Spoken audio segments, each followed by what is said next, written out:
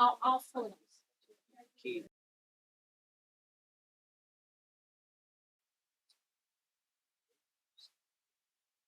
Good evening, everyone, and happy Cinco de Mayo.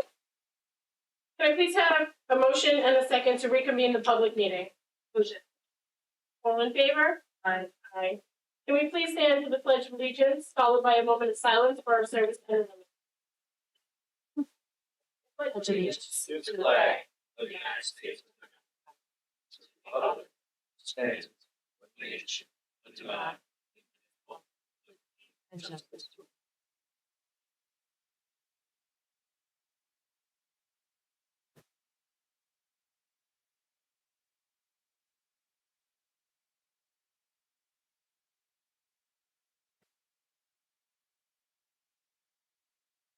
Thank you. Can the district clerk please call the roll? Marisol Mallon, President. Here. April Anatelli, Vice President. President. Jackie DiLorenzo, Trustee. President. Sarah Parisi, Trustee. Here. Melissa Torrosa, Trustee. Dr. Joseph Senmore, Superintendent. Present. Robert Hauser, Assistant Super for Business and Operations. Present. Reza Kolahifer, Assistant Super Admin Personnel. Hola y bienvenido. En honor of Saint Muy bien. Christina Poppy, Assistant Super Curriculum Instruction. Present. John Allen, Assistant to the Superintendent. Present. Lori O'Hara, Executive Director, Professional Development, Client Services, and Special Ed. Present. Anthony Fasano, District Attorney. Present. Thank you. Thank you. Now, can I please have a motion and a second to suspend the business meeting and reconvene the public hearing of the annual meeting? Motion. All in favor? Dr. Senmore and Mr. Hauser will have a presentation on the budget hearing. I will pass it to Dr. Senmore. Thank you, Mrs. Brown. And in addition to Cinco de Mayo, it is also National Teacher Appreciation Day. So thank you to our staff. Recently acknowledged our office administrative assistants, our principals, and also on day one nurses.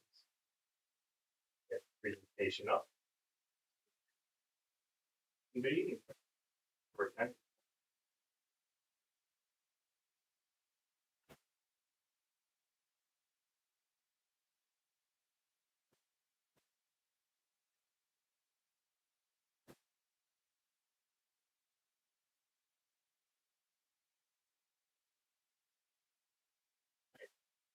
Thank you very much to our district clerk, and thank you all for attending, either in person or on the live stream. So tonight, after meeting for over a number of weeks with these public sessions to work on the budget development, after the budget adoption of 2 weeks ago, tonight we are holding the public hearing on the budget, and then the budget vote and board election will be held on May 19th.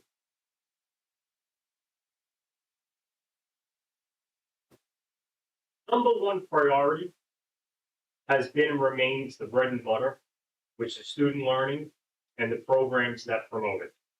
This includes addressing the needs of the whole child, which incorporates mental health and all-around wellness.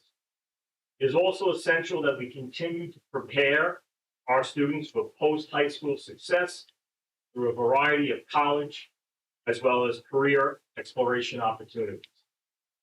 Backing these programs and opportunities is a strong infrastructure as well as a technological foundational base.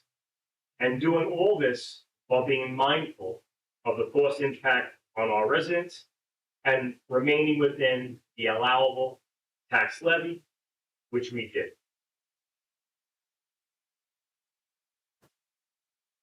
When we are discussing a school district budget, we need to focus on the return on investment for our students and community.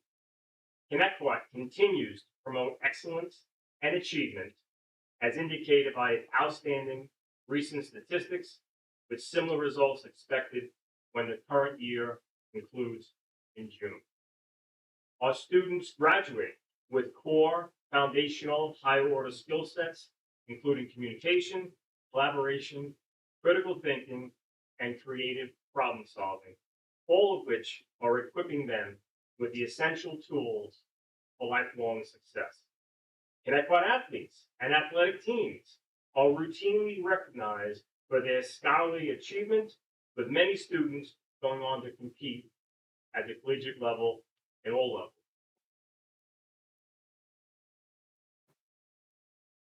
As we look towards 2026 and 27, we will continue to provide enhanced opportunities and initiatives at both the elementary and secondary levels. Our students have a plethora of opportunities to take rigorous and advanced coursework, including for college credit. This not only provides for an impressive academic resume as our students compete for college acceptance, but it also helps to reduce the financial burden on them and their families. It is equally important to provide a variety of career, including the various trades, exposure opportunities with real, hands-on, in-the-field experiences and placements. At the elementary level, building a strong foundation in literacy and mathematics remains at the forefront, and we continue to see growth through our diagnostic data collection.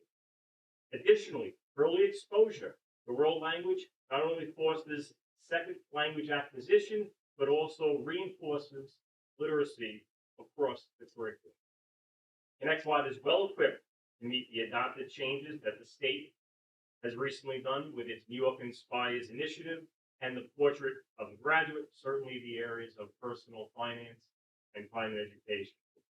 Our arts continue to receive accolades as we are renowned for our vocal, instrumental, and theatrical performing groups, as well as our fine arts.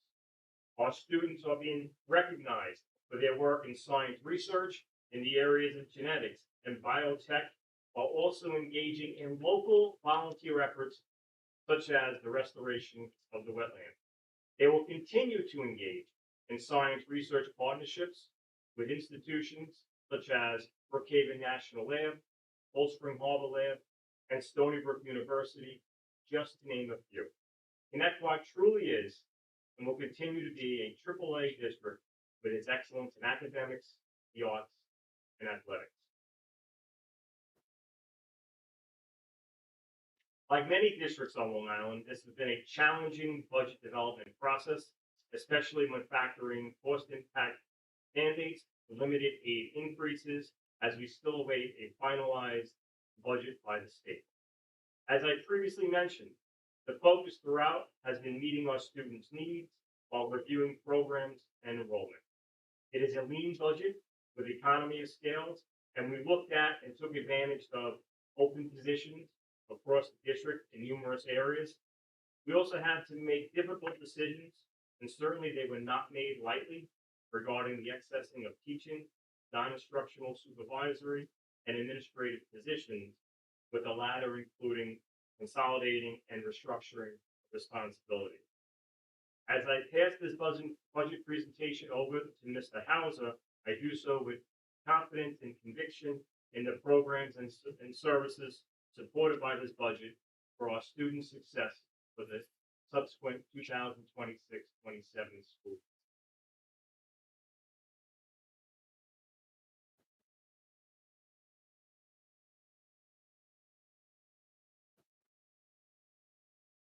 Thank you, Dr. Sembler. All right, so once again, this slide should look familiar. Those of you who may have attended the meetings and watched the presentations. And for anyone out there who doesn't have a copy, I left copies on the back chair, as well as a copy of the current budget newsletter. So here, I'm going to direct your attention, if I could, to the column that I highlighted in green. That is the adopted proposed budget that the community will be voting on.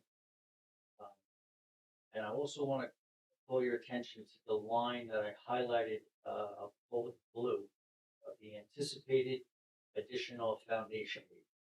So once again, we find ourselves in a position where the state, the legislature mainly, has not adopted the state budget, and so we do not know what our final state aid number is. Based on information we have received and conversations that we've had so far, we're anticipating an additional 1% in foundation aid only, and that is that $363,914 number. So we're hopeful that when the state legislature approves the budget, they will approve foundation aid with a total amount of 2%. And that's what the Senate and the Assembly are. Correct. Yep. If you go down a little further in yellow, so I highlighted the 0 there, and that's just to highlight that the budget is in fact balanced. That the expenditures and the total revenues equal, so we do have a balanced budget. Based on a little further down on the current assessed values provided by the town of Islip, you can see the various estimated school tax costs for particular residential homes, depending upon their assessed value. And as I've said before, that those assessed valuations fluctuate based on exemptions that particular homeowners may have. So, but on average, you can see the different numbers there. If you go all the way over to the right, up at the top, I've circled the 0.55%. So that is the percentage increase, slightly more than 0.5% is the total expenditure increase. But how much more we anticipate spending next year. And if you can follow down that column to the next item that I've circled, the 2.12%. Okay, that is the tax levy increase. Right, that is the maximum that is allowed by the New York State tax cap. Right, the Comptroller's Office puts out that formula. So I'll say we are within the tax cap. We're actually at it, but it is a tax cap compliant budget. One more number I do want to call your attention to. So if you look at that circle with the 2.12% and you just go one column to the left, you'll see $3,082,521. And this is a what if scenario. So if the district were to face a contingency budget, the contingency budget now is a 0 tax levy increase. Not be allowed to raise the levy from the current school year. So that $3,082,521 increase would not be allowed to. So be faced under a contingency budget, having to look for areas to cut that $3 million. I bring that up because it's just going to come up again in the slide. Okay. All right, so here we just took the budget and we summarized it into the various categories to give you an idea of which areas of the budget make up the largest percentages. And so up at the top, we have our general support, and I'll say mainly, I don't use the word too much here, but it's more of administrative functions, make up about 10% of the budget. Okay.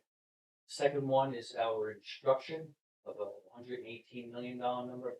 That's 51.54%. So over half of our budget is made up of instructional expenses. The next one is transportation. Okay, $11,882,000. That's about 5.6% of our budget.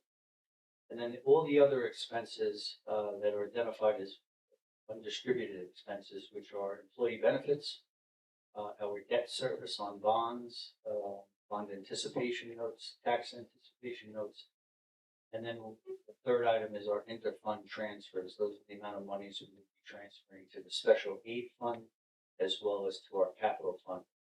They make up about 33.3%. And just to break this down a little bit further, the impact, I'll say, on an average home, not an average, but a home that's assessed at $50,000. That may be at the higher end of the assessed value in the community. For that particular home, the increase per month, this particular budget, in the levy would be $18.58 per month, increase. Okay. At the bottom half of this slide, I just broke out what the actual annual increases.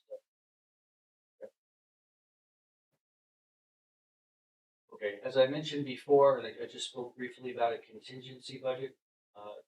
The community should be receiving what we refer to as the 6-day notice. So 6 days before the budget vote, you'll receive a budget notice. It'll look similar to this with a little bit more information on it. But what I did here is I just cut a portion of that notice to give everyone an idea of. I'm looking at the bottom part of this slide. In the middle is our current school year budget, $229 million number. One column over is the current proposed budget of $230,328,000. And then to the far right over there would be the contingency budget if we were to have to go to that. Okay. So you can see the various percentage increases as well as the dollar increases. And at the bottom is the change in the consumer price index. So that's, to me, a very important number. It gives an idea of how much prices in general for the last year have increased, which is 2.63. So as you can see from one of the first slides I presented, the budget is only going up 0.55%. So our expenditures are only going up 0.55% in total. But on average here, we as a school district and the community are faced with prices increasing over 2%.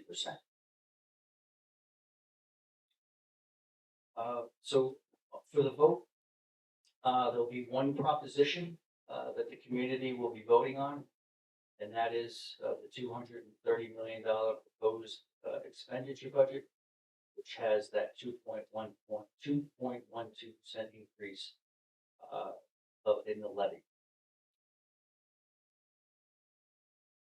So just as a reminder, I said this before, the budget, I'll say, is under the tax cap. It's actually at the tax cap, but it is a tax cap compliant budget. So it requires a majority, right, 50% or more of the people who come to vote. It requires that amount to budget. That's Tuesday, May 19th. It's at 3 locations, the high school. The voting is at the two middle schools. It goes from 8 a.m. in the morning until 9 p.m. And I guess I'll just open the floor if anyone has a question. Thank you, Mr. Hadley.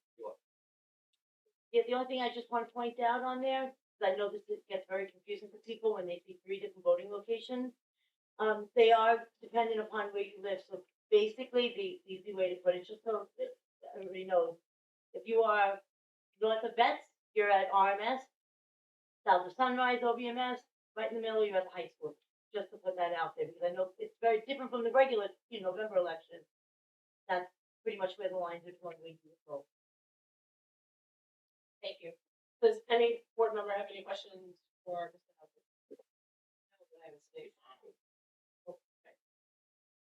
My whole point is that last week, the last board meeting, we were told that the comptroller can't be voted. Comptroller can be voted. Furthermore, again, I stick with the stance that we're just not getting any answers for our questions. Down to the end of last week, board members found out something was cut. They had no idea what was cut.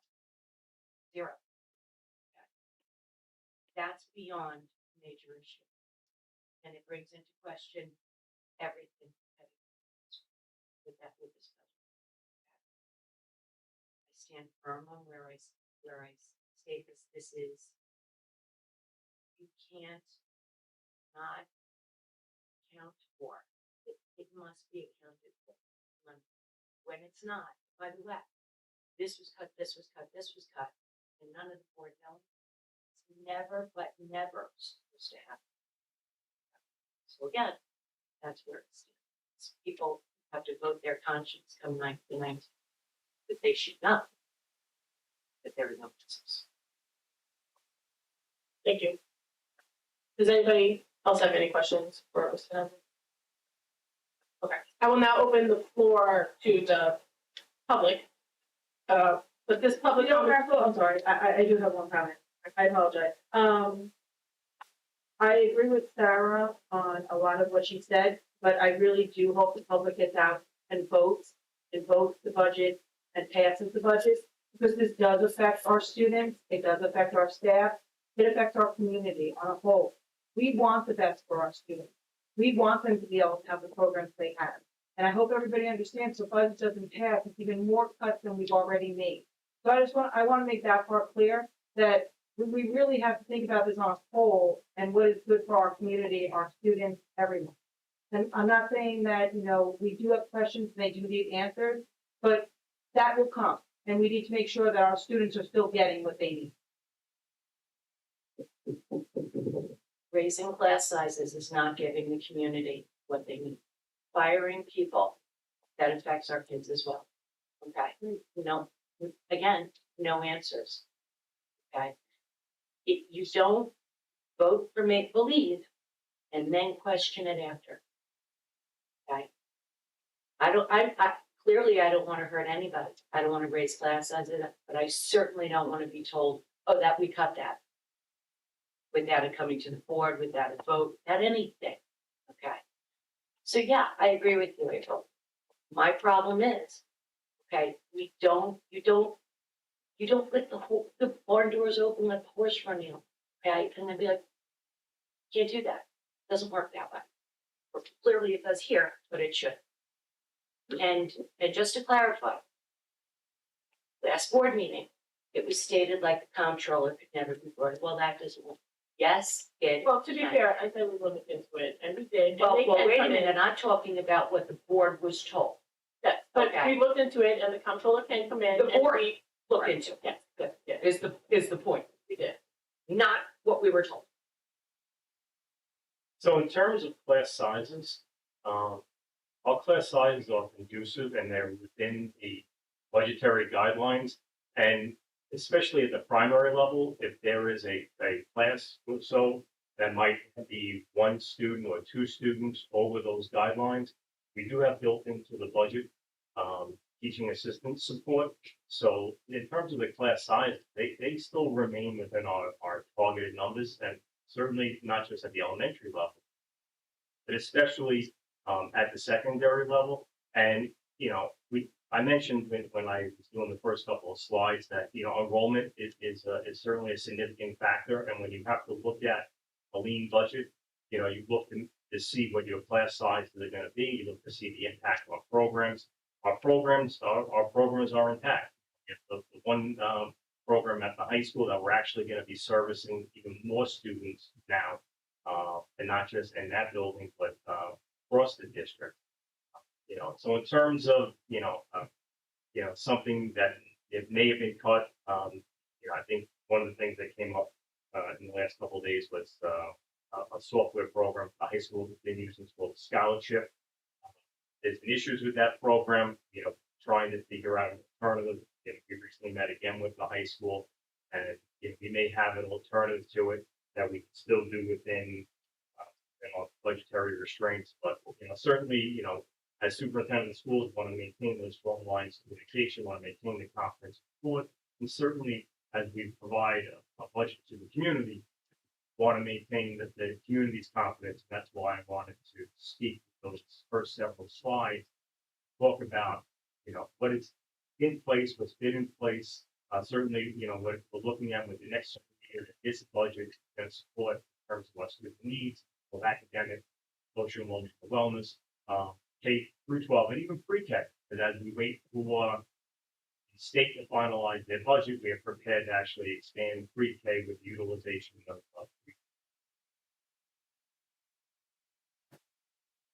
Scholarship.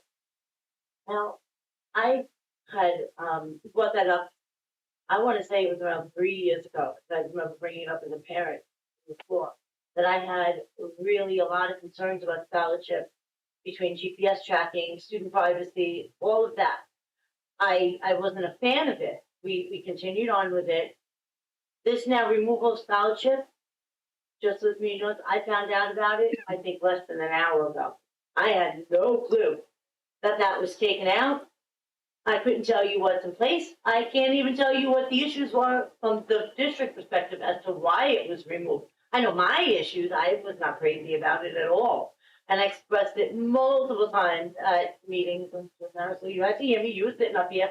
And I didn't like it back then, but unless the district kept going with it, I found out less than an hour ago that it was taken out. I don't know if that's part of what was cut when we went from the 16.7 down. I don't know. I should know. I absolutely should know, but I do not. Yeah, That's so fine. I equally had concerns about scholarship. It wasn't my favorite program at all. I actually liked it immensely. Nonetheless, I found out about scholarship at a committee meeting that it was, I also did not hear about it, that it was a line item that was cut, which was a concern for me and for other board members, but, that is the issue that we are discussing. Again, I get it on the back. Point of fact is that we are not being notified on anything. First budget deficit that was brought to us was 3.4 million. Categorically untrue. Okay, there was a lot more. To date, things clearly have been cut. We're giving one example. Okay, things have been cut we know nothing about. How does that happen? How does that happen? We're getting answers that either aren't true or they don't know the answer to, such as, yes, I can do this, I can put this person out. I don't need a board vote when they do, because it has to do with monetary issues. And clearly, class sizes are at 28 in the elementary school level. Now, yeah, this is my opinion. Second, third, fourth grade that's where the kids learn. Okay. It's ever so important to have lower classes. Okay. We're getting fine. And it's essentially next to nothing, but we don't know where we're gonna get that money from. So this just isn't good. And it progressively gets worse and worse. I will have to say that, 3 years ago, I first on the board, I was not a fan of scholarship because I went to a meeting and I was told that we have capabilities within a program we already have to do the same exact thing scholarship does. And I couldn't understand why we were paying more money to bring something else in when we had two different programs. So I would like to see the administration look into what our capabilities are within the programs we already have to substitute this program, because we need something. And again, obviously, this should have been a bigger conversation than right now, where we're having it. But I would like to see what programs we have and what we can utilize within our budget already to, kind of. And scholarship first came out on grants. There's no reason why we can't look at other opportunities for grants that are out there to bring in another program. If scholarship isn't the one, that's fine. But you can't just delete it or remove it and not have a backup plan in place before you do the conversation about that. Personal opinion about scholarship aside, I said it in the committee meeting when we found out. I am not comfortable though. I don't think any of us like scholarship as a whole. Not comfortable having nothing in place. I don't like the idea. That's where this came up. How we found out about it was somebody who works for us saying the concern was just that scholarship is available for stand into cafeteria for these places that are large areas of easier to locate students that way, right? So if we just are kind of ripping the Band-Aid off, getting rid of one with no, I need to see what the plan is in place of that. And to know that we are able to effectively continue to reasonably imagine, I hope we do have something available that has the same capacity or maybe even better. I know that there are some concerns with the way that scholarship was just unable to link with some of the programs we existing had, and it kind of rendered it useless in most ways. But just having nothing, and now here we are, and again, 11th hour, and it's going to be gone, and the plan is kind of just to figure it out. I'm kind of over the figured out plan that needs to be figured out when we're making these moves. I would also just, doesn't have to be answered right now, would like us to be apprised of if there was any other items that were just removed like that you guys can think of that maybe didn't seem worth mentioning, but could be, because I think, at least I can only speak for me, being in that committee meeting, it's not about scholarship, it's about sitting there and finding out about the removal of scholarship in a committee. Right, like it's my frustration doesn't come from scholarship being gone, it comes from how I learned that scholarship will be gone. I understand the financial position we're in. I don't know that any of us would have been like, no, and like laid down and fought for scholarship flag. It was the method component, which kind of seems to be a little bit of a theme for sitting here. That's So for me, it's not a theme. There's zero accountability. Zero. We are not only not getting answers, we are now at the juncture where we're finding out what and who has been cut. Okay. People are losing their livelihoods, class sizes are going up. Okay. The simple fact of the matter is, no answers, no accountability. Can't go on.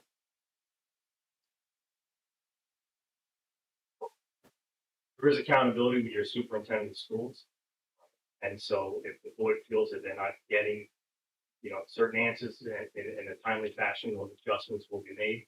The scholarship wasn't necessarily a budgetary item. It was an item that was not functioning to full capacity. And it's being looked at to see if we could do actually without it.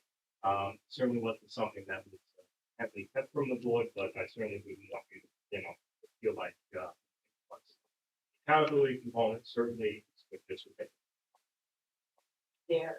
There absolutely were things kept from the board deliberately. When you bring a budget that says we have a deficit of 3.4 million. One board member says, no, it's actually 5.6. Then another board member says, it's actually more than 10 million.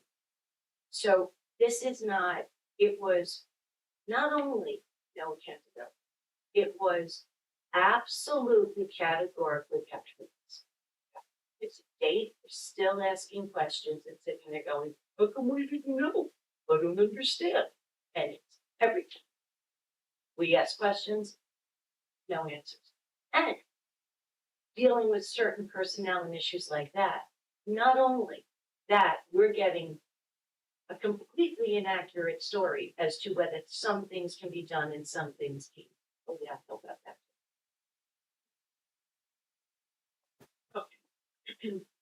I am now going to open the floor to the public. And this comment portion is for the public hearing only. There will be another public comment session later on in the meeting. Does any, that was a tongue twister for some reason. Does anybody have a comment about the public hearing? Okay, excellent. I'm gonna put on my old lady glasses, hold on. At this public comment period, items related to the public hearing only will be heard. I will call individuals forward one at a time. Please wait for my acknowledgement before stepping up to the podium. You should have received a number card from security on your way in. If you have not, please see a security guard in the back of the room. Any person wishing to address the board shall address the board president. Comments should be kept as brief as possible and relate to school matters only. Each person will be limited to 3 minutes for one or more topics. Individual employees, parents, or children should not be identified by name, title, position, grade, or building. Use of foul language and threatening comments will not be tolerated, and the board will consider a recess until order is restored. In accordance with policy 1230, public comment will not exceed 30 minutes. If there are additional persons wishing to speak, the board may consider a motion to extend the time. Number 1.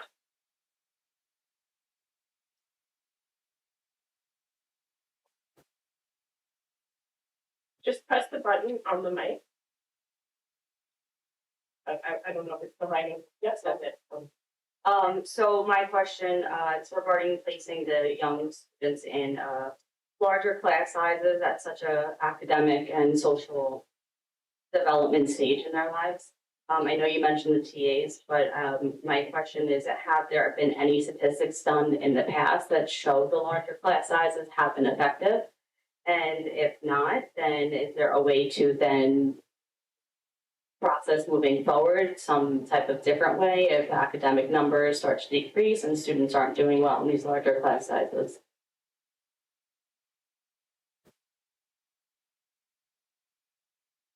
When you talk about general education classes, I know that can also incorporate inclusion. You have that combination of students' rights as well.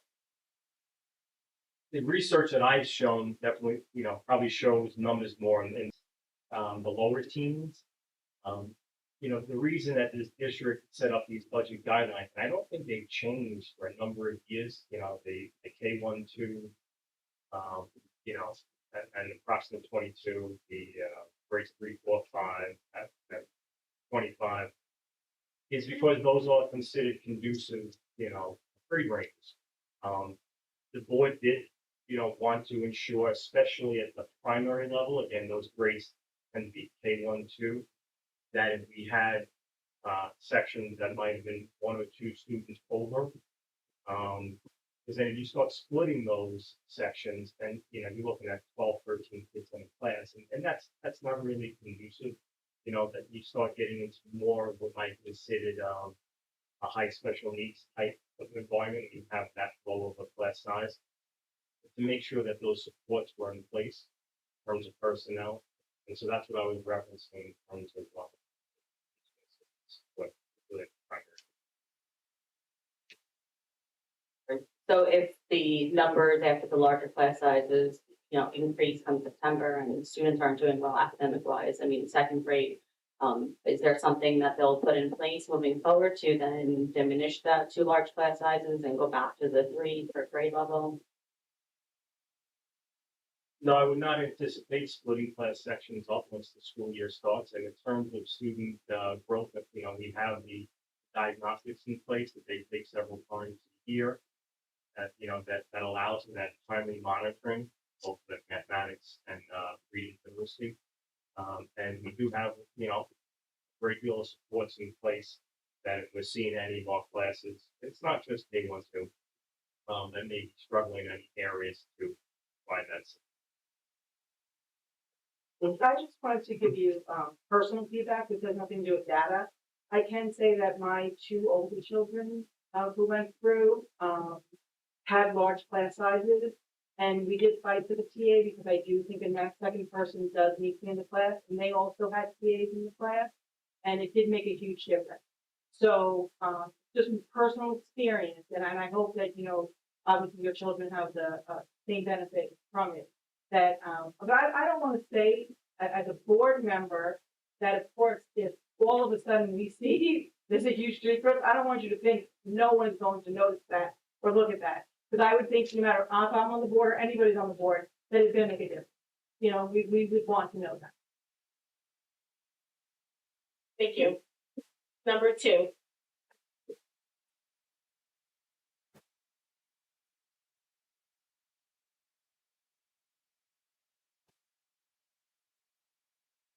You just have to press the, and it yep, that's it. All right, so I just gotta say it, and I rarely say it. We told you guys about scholarship. Oh my God, all of us told you. How many meetings did we stand up and tell you about it? So I just had to get it out like this. But I say it on this one because this was a big problem. You can't fund something through a grant. It's a one-time thing. I get it. It's a great idea, but it's fiscally irresponsible to plan your budget using just grants because they're not sustainable. So unless you have a plan to fund that going forward, like scholarship did not, obviously. So then that's what you don't want to do. Grants are great, but they're for specific items and they're not the way that you should plan your budget. It's a bad idea.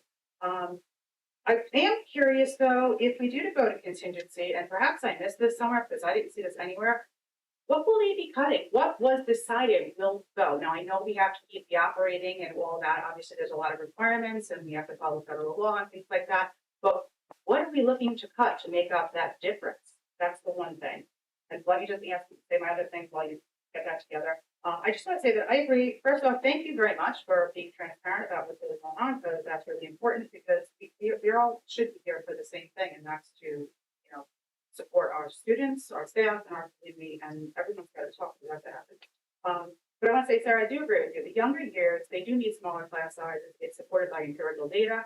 And the impact on their foundational skills is much larger at the younger ages. It lessens as they get older, and it doesn't show to have as much of an impact having a larger class at an older age. But those younger years, it's extremely important, especially that we have a literary-based curriculum where you have to learn how to read and comprehend for every single class. You can't just be good at math anymore, because now you have to read these extensive word problems, same with science and things like that. So I just think that's something we really have to really just hone in on.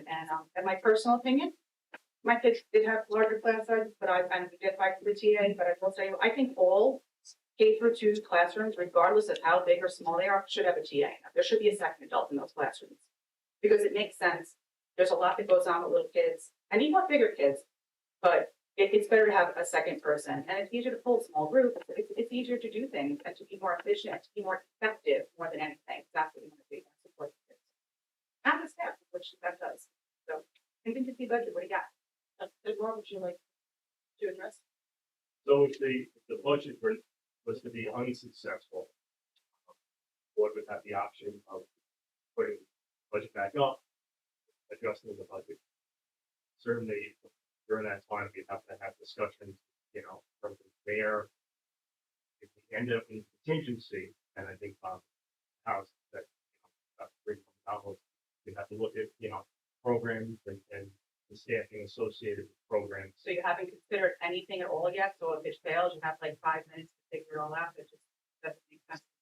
I've never even done that with some period. Like usually there's a plan, like if this happens, and this is this is what we have to do at first, the list. Well, as we were building this budget, we had to look at a lot of things. So, that list is still there, and so we have to revisit it. Does the public get to see what the list is? Programs and staffing. But what programs? Are we cutting like the drama? Are we cutting football? Are we cutting after school activities? It has not been discussed. Thank you, I appreciate it. You're welcome. That's exactly right. Yeah, the answer is no, we don't have the answers. Number 3. I'd like to clarify one thing with this. Board fought for, when this came up about second grade, the Board of Ed up here fought for it because there's no money, period. But the board fought for a full-time because they were talking about putting a part-time. That does nothing. Clearly needed, and the amount of aides that go in is directly affected by how many students, if we get a couple more in or whatever. So the board diligently fought to get a full-time aide for the whole day. I'm up here to speak about class sizes, which I fought for all these years. And not for nothing, April, I don't remember you being supportive of us putting a TA. I remember Marisol being supportive, I remember Jackie being supportive, and I remember Melissa being supportive. I remember I was the one that brought it up because it was ridiculous that at the time we were putting 23, 24 students in a class. Now you guys are looking at imagining 25 to 27 in a classroom. 25 to 27, okay, in an elementary classroom is beyond widely considered high. It absolutely affects learning and the ability to spot students who have issues like attention deficit disorder and many other related situations and illnesses. At that class size, a teacher's attention is stretched thin. Elementary students need frequent redirection, individualized feedback, and close observation. When there are nearly 30 kids in a classroom, there's less individual attention given to each child who, unfortunately, if they have focus issues, that also disrupts the teachers, their class, their educational time. There's a delayed identification of students. I know my own child had that.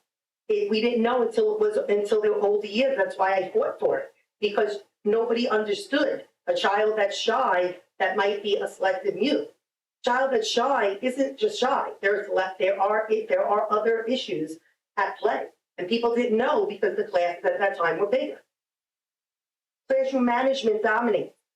You guys are talking about putting an aide in. Are you still having problems getting aides? Because there was over the years having problems getting bus aides, having problems getting regular TAs. Now we're talking about all these classrooms that might potentially need TAs. Are you going to have the staffing for that? Forget just the money. You have to actually have the people. Smaller class sizes improve outcomes academically. You're already taking out the math director. For years, we've spoken about K to 12 having issues with math. Getting rid of one of the largest academic positions and people, I understand that the person may be retiring, but that is not an excuse to access that position. That position really needs to be looked at because academically, you're looking at putting more kids in a classroom. There's going to be more stress on the teachers, more stress to get the staff. And also, now you're going to have to worry about the curriculum being able to actually be taught without having extra help. Considering K to 12, you're going to have STEM, one of the biggest. And then you're also going to have math involved in that. You put them together.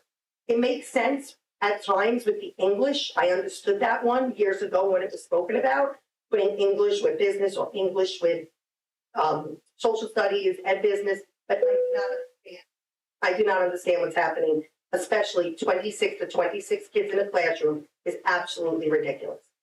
Thank you.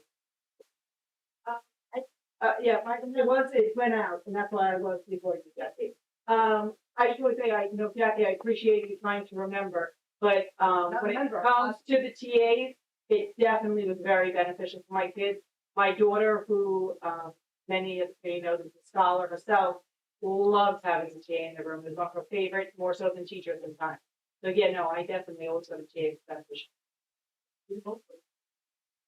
These issues that are being talked about are just amongst the many reasons why I said no last time. I think a lot of these decisions that then were made hasty, and I think they are unsustainable. I am concerned. What is going to happen if these children are having trouble? What is the plan in place when there are 27 children and they need help? I mean, and I'm going to give a more personal a take on this from a different perspective. No, I'm not a teacher, but I teach classes at the library. I teach 10 classes to children in K to 2, grades 3 to 5, Florida range. When I teach classes with 20 children, so depending on the activity, we have a teen advisory board that comes in, the teens come and help us. I sometimes have 3 teens to help me with 20 children for a 45-minute class.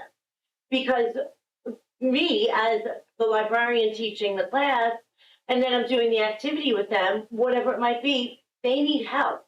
And it's physically impossible for me to get to all 20 children. No, I don't always have 20 children in there, but I always have the help in there because once you hit a certain point, I have some classes where I have 30. And I will definitely have help in there because you are stretched thin as the instructor in the class. So I just want to put that out there. These are, great points put up by everyone amongst the reasons why I feel we made hasty decisions and decisions that are not sustainable. And it's really just, it's a Band-Aid to save us money now. I don't know about the long run. Number 4. So I got popped up. I want to say, So sorry. all valid questions. I told everybody my opinion on early elementary school years. I want to clarify. There's no money. Let me be clear on this, okay? There is no money. When we asked about cuts, when we asked about other things, what I heard were crickets. Okay. Answers, no money. During the course of that, the board diligently fought to get the bare bones minimum full-time meeting. Okay. We're struggling with that. So, I can't, with a clear conscience, what I represent is the majority of this community. Okay. The residents, whether they have children or not, and doing what's best for the kids. Okay. I can't do that with no answers. We need answers. Period. Number 4. 5.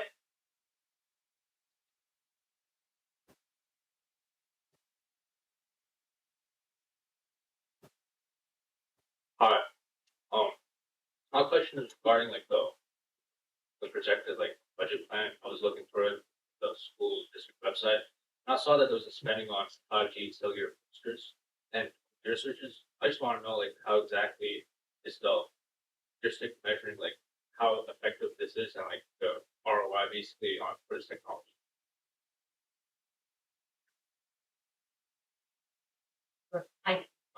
I can give you kind of a cursory explanation, and perhaps I can keep your information if you have further questions. The 5G cellular booster is a pilot project within this building, actually.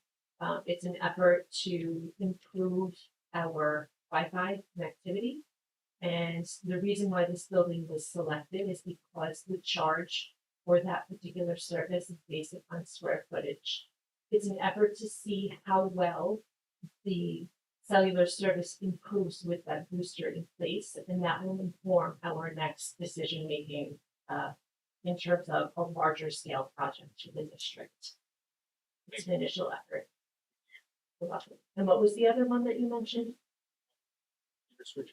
The switches. So we are engaged in an ongoing switch replacement project. And this is all part of a larger plan for infrastructure improvements that to enhance our connectivity, to remain up to date. And it is part of a larger scale technology plan that the district is required to submit in terms of remaining connected amongst all of our buildings and to the outside world. Thank you. Thank you. And if you would like to give, sir, if you would like to give the district clerk your information, we can get back in touch with you if you have any additional questions.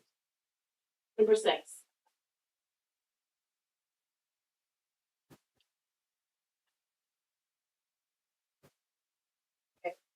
My first question is, I thought that the contingency budget was equal to prior year's budget, but I see this number on the contingency budget is lower than last year's budget.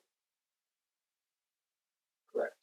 So the contingency budget is not, I'll say, pegged to the prior year's expenditure budget. It's based on a levy. So that, in other words, if we were to go to that point contingency vote, or if the board would elect to dispose, that would mean cannot raise any more monies than the current year. I'm a little confused, but okay. I did help. I'm also confused with the financials of cutting 4 elementary teachers and increasing class sizes in other classrooms and then putting TAs into those classrooms and how the numbers make up the difference between the salaries of multiple TAs on top of the teacher salary. Basically, how much of a savings are we talking about by putting TAs into classrooms that are now oversized than having teachers in classrooms that are undersized? So in terms of compensation, the compensation of and we value them tremendously, but the compensation of a teaching assistant, for example, I think the total compensation package is significantly less than a teacher's total compensation package. And again, sure, the fiscal climate, drives a lot of this, so does our enrollment. And like I said earlier, we have an established class size guidelines, and they haven't changed for many years. And, so certainly, again, K 1, 2, up to 22 students, 3, 4, 5, up to 25 students. And then looking at when you get those situations where you have a 23rd or a 24th student, when you look at splitting those sections, you then create 11 kids, 12 kids in a class. And, as we talk about sustainability, as we talk about the conducive learning environment, that's not a high special needs learning environment in terms of the social activities and everything else, that's not really the intent either. So we are staying within the guidelines, and the board was, this board was strong advocates, especially at the primary level, K 1, 2, to ensure that, this budget didn't include that assistance. All right, my last question is budget adjacent, but since it's on here, I'm going going to ask, and if you want me to kick it to next public session, let me know. The student excellence and achievements. The class of 2025 was the first class with the 65 passing versus 70 passing, correct? Do we know how that affected any of these numbers? I'll chime in here. I don't believe it affected the numbers themselves, although we wouldn't necessarily be able to make that direct comparison, right? Because the sum of their 12th grade year was built upon that passing rate, right? So if they pass the course with that 65, I don't know if I can make a relevant comparison to would they have passed the course if the passing grade was 70. Our And graduation rates are pretty consistent and our graduation rates have been several consistent. years. Yes, and I think overall it's important to note that there is an element for course grades of flexibility that teachers can exercise, right? And I think we've talked about that as part of our work on the curriculum committee.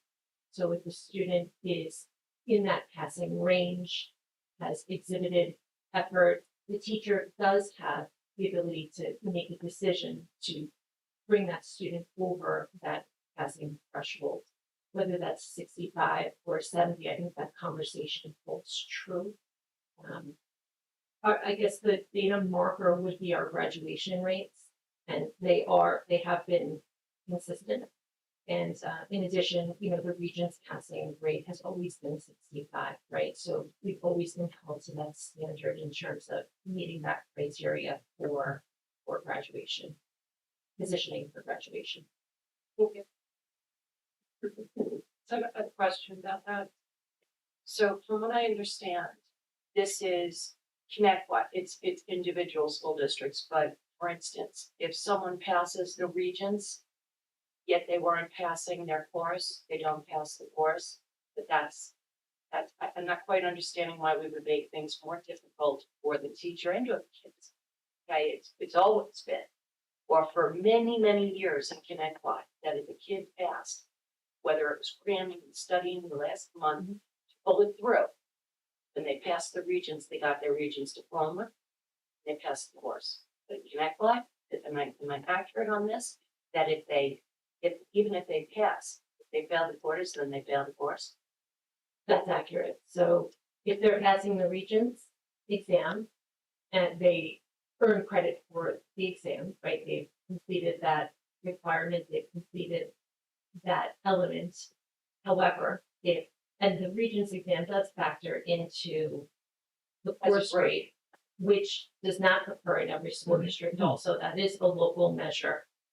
The other local measure that brought up, Ms. Parisi, is accurate. So if they are not successful in the course, even with that Regents grade over that 65 or at that 65 threshold, they are required to complete the course for course credit here. It is not that way in every district, but that's how it is in Connect What. That's how it has been for as long as I've been here. So It may how have. long? This is my. Or was old if the kid passed the regions. And I can kind of understand that. If there's a time where, let's say, the parents can only afford a month worth of tutor services or whatever, and the kid gives everything they have.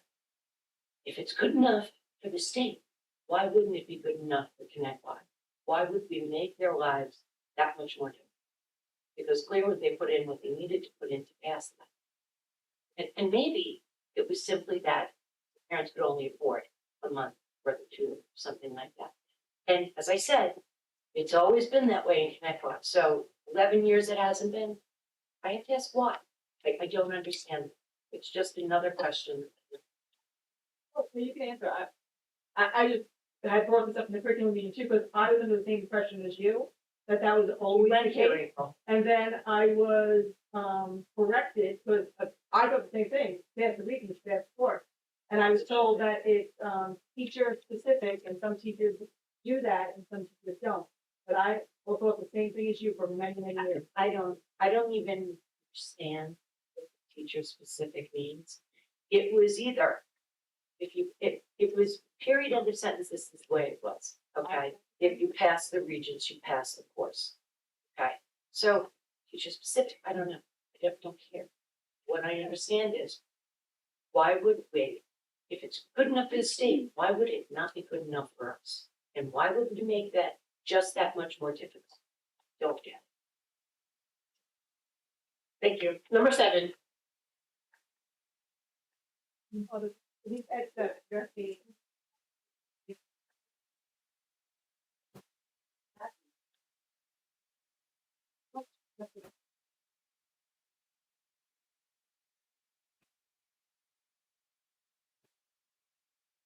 Just need you to press the button on the mic. I forget which side it's on. It'll light up red. Maybe? Right side. Yes, there you go. And, okay, hi, first of all, congratulations on all of the achievements that you have done, everybody. Some great achievements.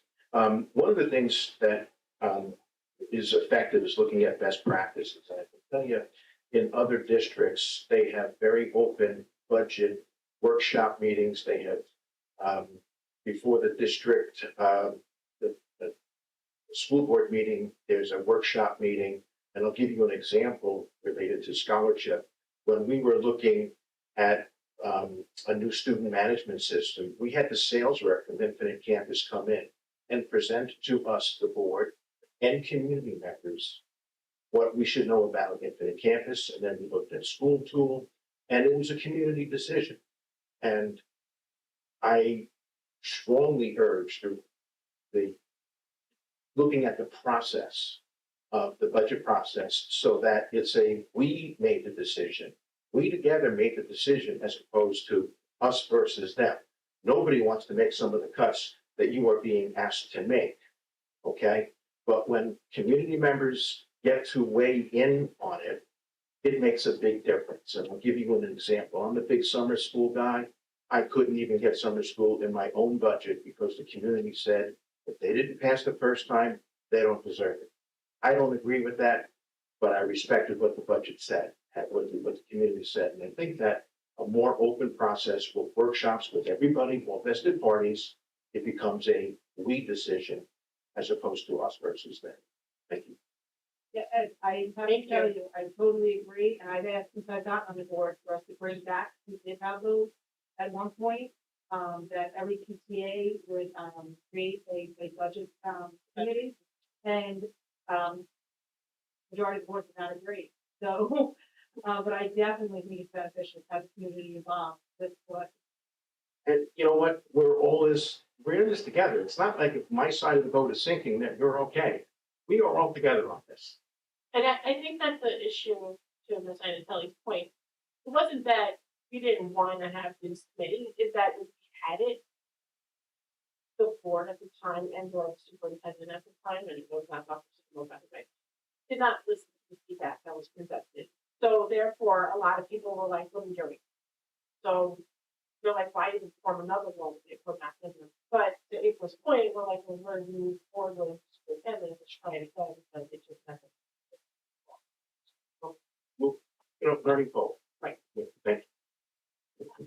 I have to say that 2 months on, I was like 2 months on the board, one of the very first things I brought up was a budget advisory. Yeah. And again, crickets. I'm not quite sure why that would ever be, but then I brought it up again, and again, nothing. Well, that's still different too. But then again, nothing. So well, yeah, the onus falls on us.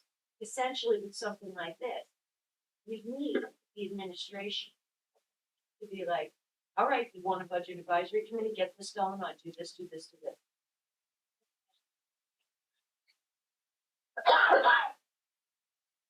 I was going to say, another theme I want to point out, right?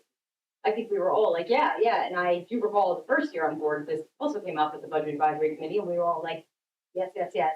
We were told when it existed in the past, similar, exactly what Marisol said, that people were just like, we're done coming to this because it's like talking to the wall, right?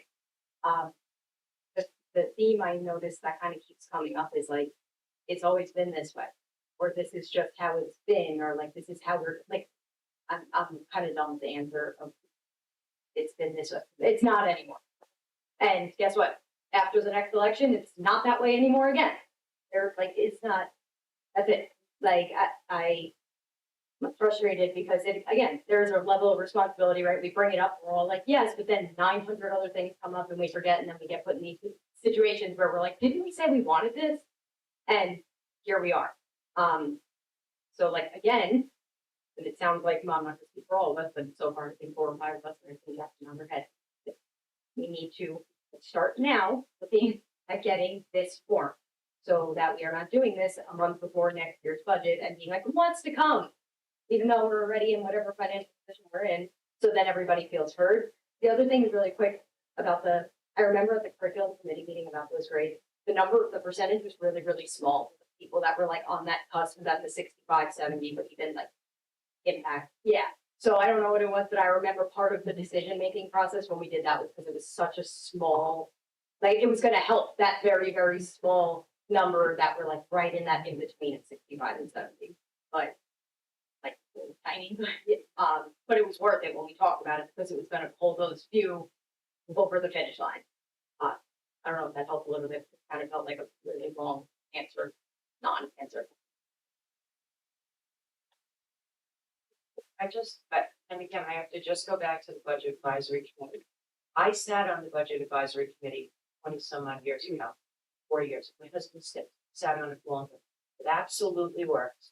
It absolutely makes accountability right up there at the forefront. Okay. You have, and I've said it before, you have accountants coming at you have people who know what they're doing. Point discrepancies out. I would love that. Yeah, I definitely think we need to engage our PTA again, get one representative from every school, open it up to the community, whoever wants to be on it. I agree, I thought it was beneficial, 110%. I would like administration to get that role. So I'm hearing the board majority wants within subsequent school year to have a budget advisory committee, so we'll begin to work on that.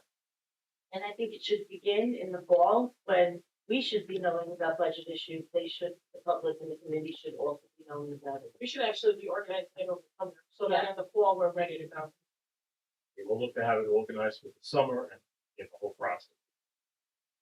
Number 8.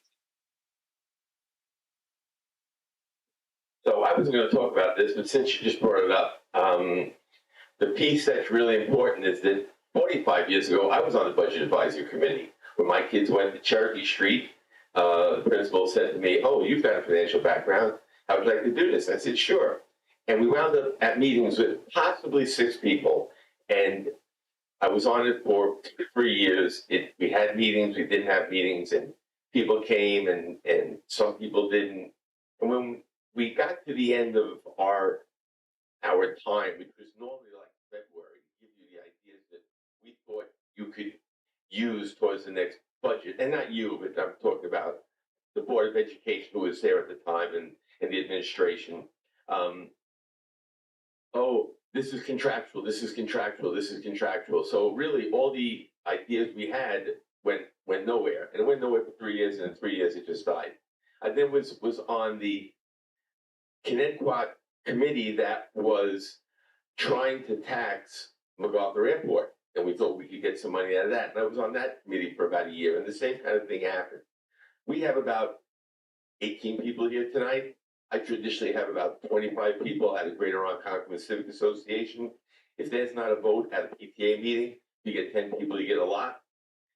It's going to be very hard to get one person from every school to come to a budget advisory committee. And I hope you can, because it's really, the more heads that you put into this budget, the better off you are. I was talking about having a couple of people, a couple of interns come in from colleges and want to be, accountants, and let them look at the top 10 items on the budget that seem to be going over. And they would meet once a week for 2-3 hours. I think that would be also beneficial. If you could pay them a stipend, maybe they'll just come in for the great community service aspect of it. Actually, what I came up to say was, on Thursday, we are having the Meet the Candidates question and answer, and there've been some questions about it. It's at Sycamore Avenue. Oh, that's a comment? Okay. Sounds good, all right. Thank you. Okay. Do you have any more on the budget? You have 30 No, seconds. no. Okay, thank you. Number 9.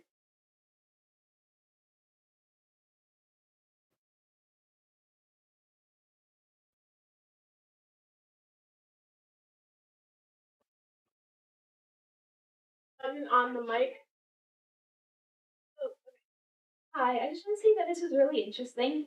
But my first question, it's like we're able to fire the teachers and you guys can replace them with the TAs because it's like more like they get paid less. Is that how that works? Yeah. So my question is, doesn't that mean that the TAs are like less qualified to teach a class? Like with bigger class sizes, if there's only one teacher who has these qualifications and these TAs are just there to help, are these like children actually getting the benefits that they should be getting at such a young age? So we're not firing teachers to replace them with TAs. There is excess, and that's what the term is for when somebody has a job and that their position is being eliminated. We are looking at the class sizes and our class size guidelines, and yeah, I know I said this a couple of times, but it's pertinent to what you just read. Thank you for coming up and speaking. We appreciate it. It takes a lot of courage and stuff for public speaking. So we're placing a teacher with a teaching assistant. The teaching assistant will be utilized to just look at the class size and maybe 1 or 2 students over those guidelines to assist the teacher. But we're absolutely not replacing any teachers with teaching assistants. But good question. Appreciate you. Shouldn't it still be too much for a teacher to handle so many kids? Like even with the help of a TA, because then like the kids wouldn't be able to form like those connections with the teachers that they should be like learning at a young age. That way they could value their like education with the teachers. So I totally appreciate your point of view, and we've heard others express a similar point of view. We do believe strongly with confidence that, you know, not just the learning needs of the students in all these classes, but also the social emotional needs will absolutely be met. And again, you know, we're talking maybe in a couple of classes, 1 or 2 beyond the guidelines, where you start splitting the sections, then you have very small class sizes, and that's not always conducive.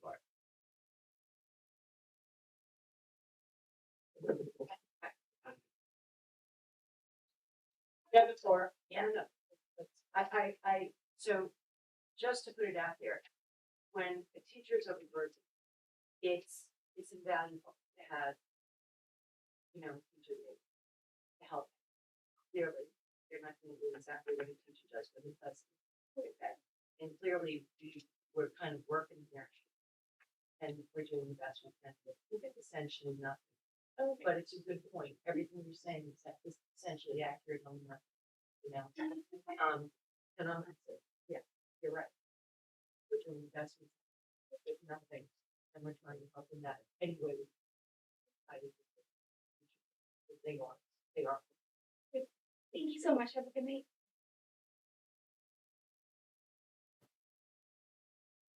Thank you so much. Number 10.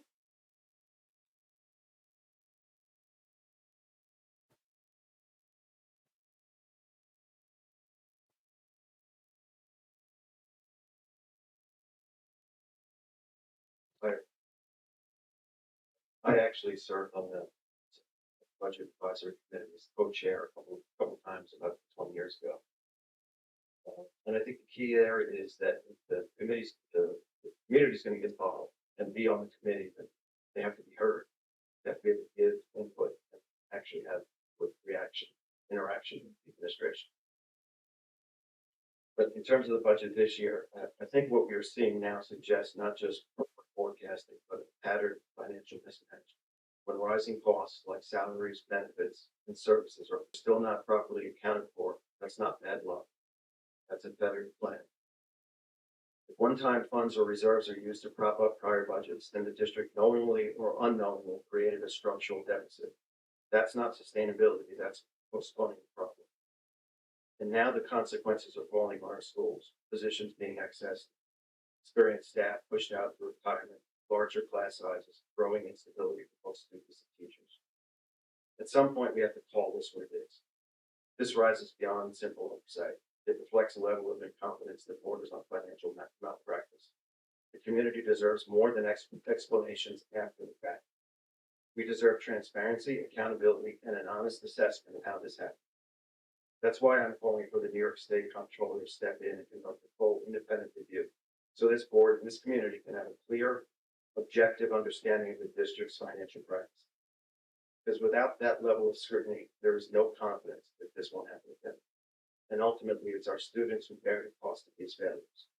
And I will say one thing, because I run multiple companies. This level of discrepancy and unclear information would end in termination in the private sector. Period. There's no question about that. Thank you. Does anybody else want to comment on the budget? At this time, I'm going to open the floor and give the candidates for the Board of Education an opportunity to introduce themselves. They can briefly give a background to themselves, and there will be no campaigning allowed at all. I'm going to go in reverse ballot order, just because why not? So, Ms. Napolitano-Ferno, you are up.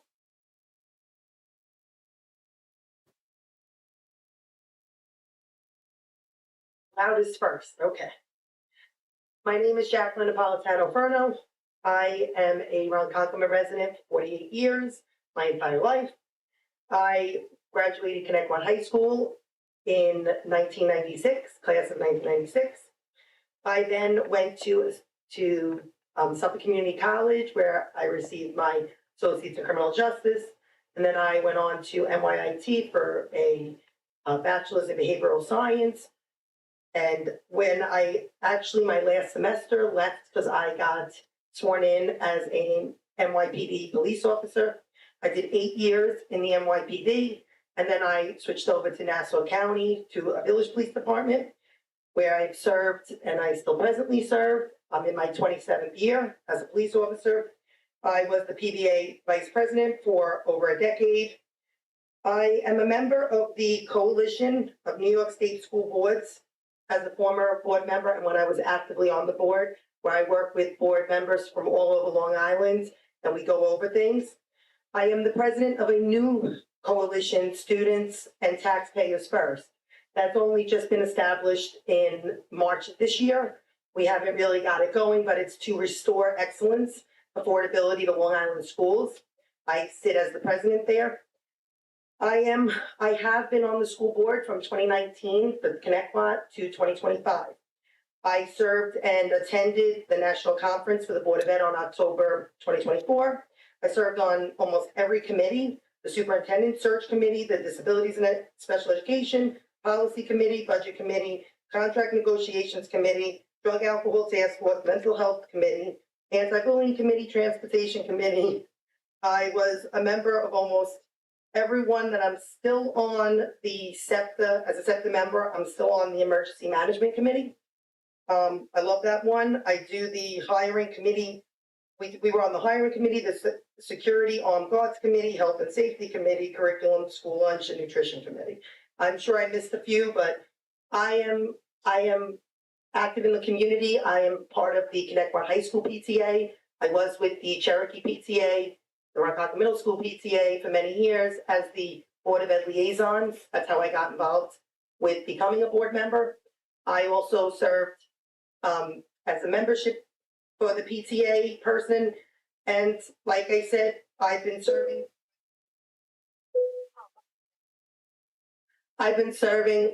and doing community service in this community with St. Joe CYO. And also I help my dad with the Greater Ronkonkoma Civic at times. So I just like to serve. Wish everybody good luck. Thank you so much, and good luck to you. Mr. Ed Barry. there a way to turn that feature off? Oh, got it. Oh, did you do it? Yeah. Oh. I just need you to press the button. Go ahead. Okay, hello, everybody. So I am a product of ConnectBot, and really, I thank everybody that's gone when I was a student, because they really prepared us for a world we couldn't possibly imagine. We are talking about cards for computer coding, and the Commodore 64, because a teacher wrote a grant, and we were one of the first districts to have computer accounting. As a student, I was a class president for 3 years. Played football, student exchange to Alabama.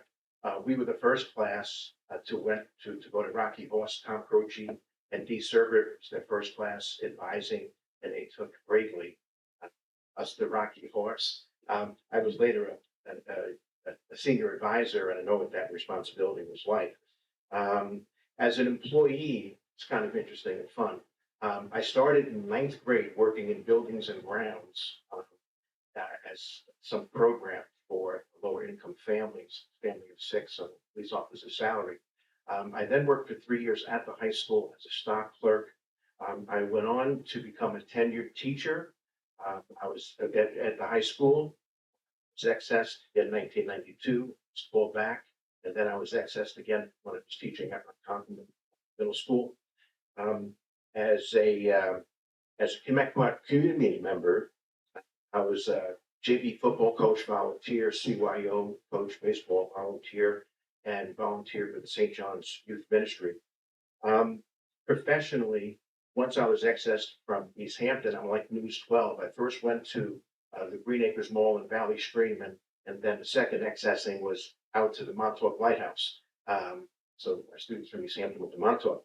I taught at East Hampton for 24 years. I've been a summer school administrator for BOCES since 2006. In that, I worked in quite a few school districts, getting to see what other districts are run like.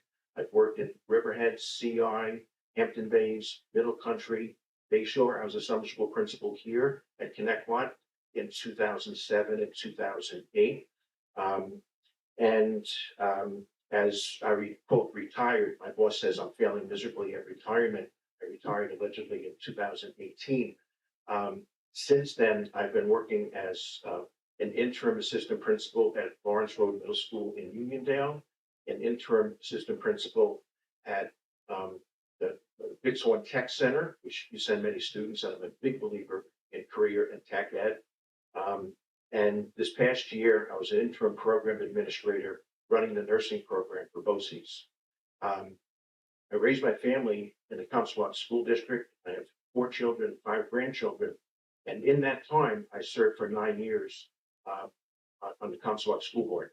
And that was really great. One of my favorite thoughts is having the superintendent more worried about what I'm thinking than finally be worried about what any one of my superintendents were thinking. So thank you. Thank you so much, and good luck to you also. We have Ms. Jacqueline DiLorenzo.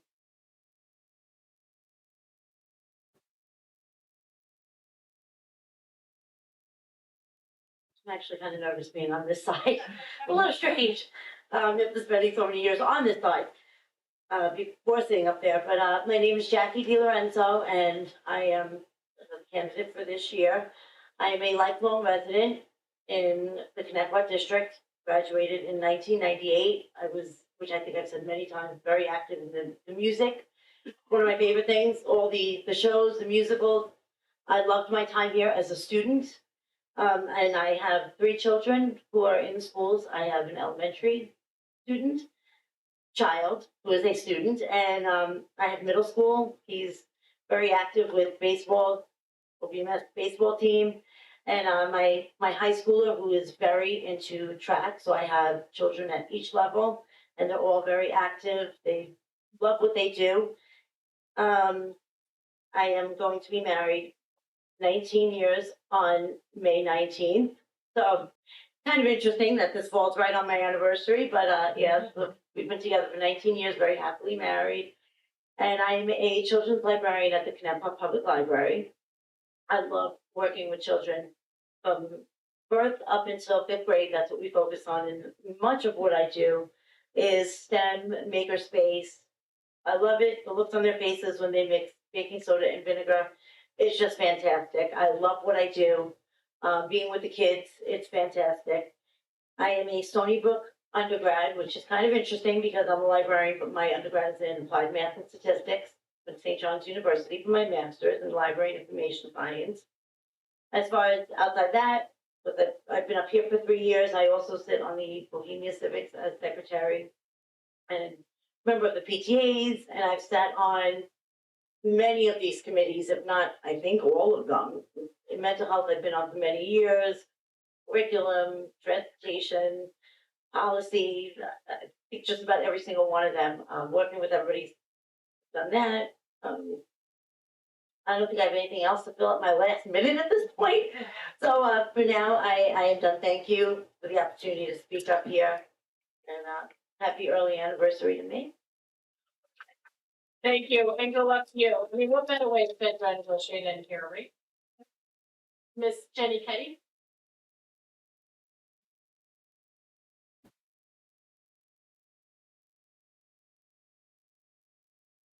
The first time I actually write something, because I do not like to talk about myself. I'll talk about policies all day long and all that, but myself is just like. Good evening. Thank you all for inviting us here to introduce ourselves. My name is Jenny Ketty, and I am proudly running for a position on the Network Board of Education. Well, I've easily stood at this podium advocating for many things for almost 2 decades. Tonight, at least for this moment, I will be sharing a bit about myself. Next public comment, all bets are off. I'm a married mom of 5, the most amazing, to me, children. 4 of them are in college and 1 is in high school. They've all grown up here and attended Connecticut from the beginning as we moved here when I was pregnant with our oldest child. My husband and I did not grow up here, but we chose to live here and we think we chose well. I had the good fortune to attend an excellent school district growing up that provided me with the opportunity to audition for a chance to attend the High School for the Performing Arts in my senior year of high school, which is a BOCES program. I got in. It was truly one of the best parts of my high school years, and I'm extremely grateful for the experience.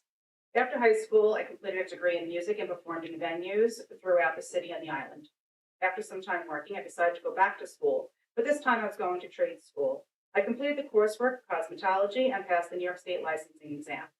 I worked in the field for a bit, but was soon pulled for a job as a 911 operator and a police dispatcher. As one can imagine, this can be a very high-stress job where one must stay calm under crisis and be able to make split-second decisions. I loved that job, and I'm still friends with many of my former coworkers to this day. I worked there until right before I had my second child. Then I had the privilege of staying home until my youngest went to kindergarten. During that time, I threw myself into our community, volunteering where I could to help. I ran committees, sat on PTA boards, was a Girl Scout leader, teen mom, religion teacher, and much more. Not only in visible positions, but quietly behind the scenes trying to support others.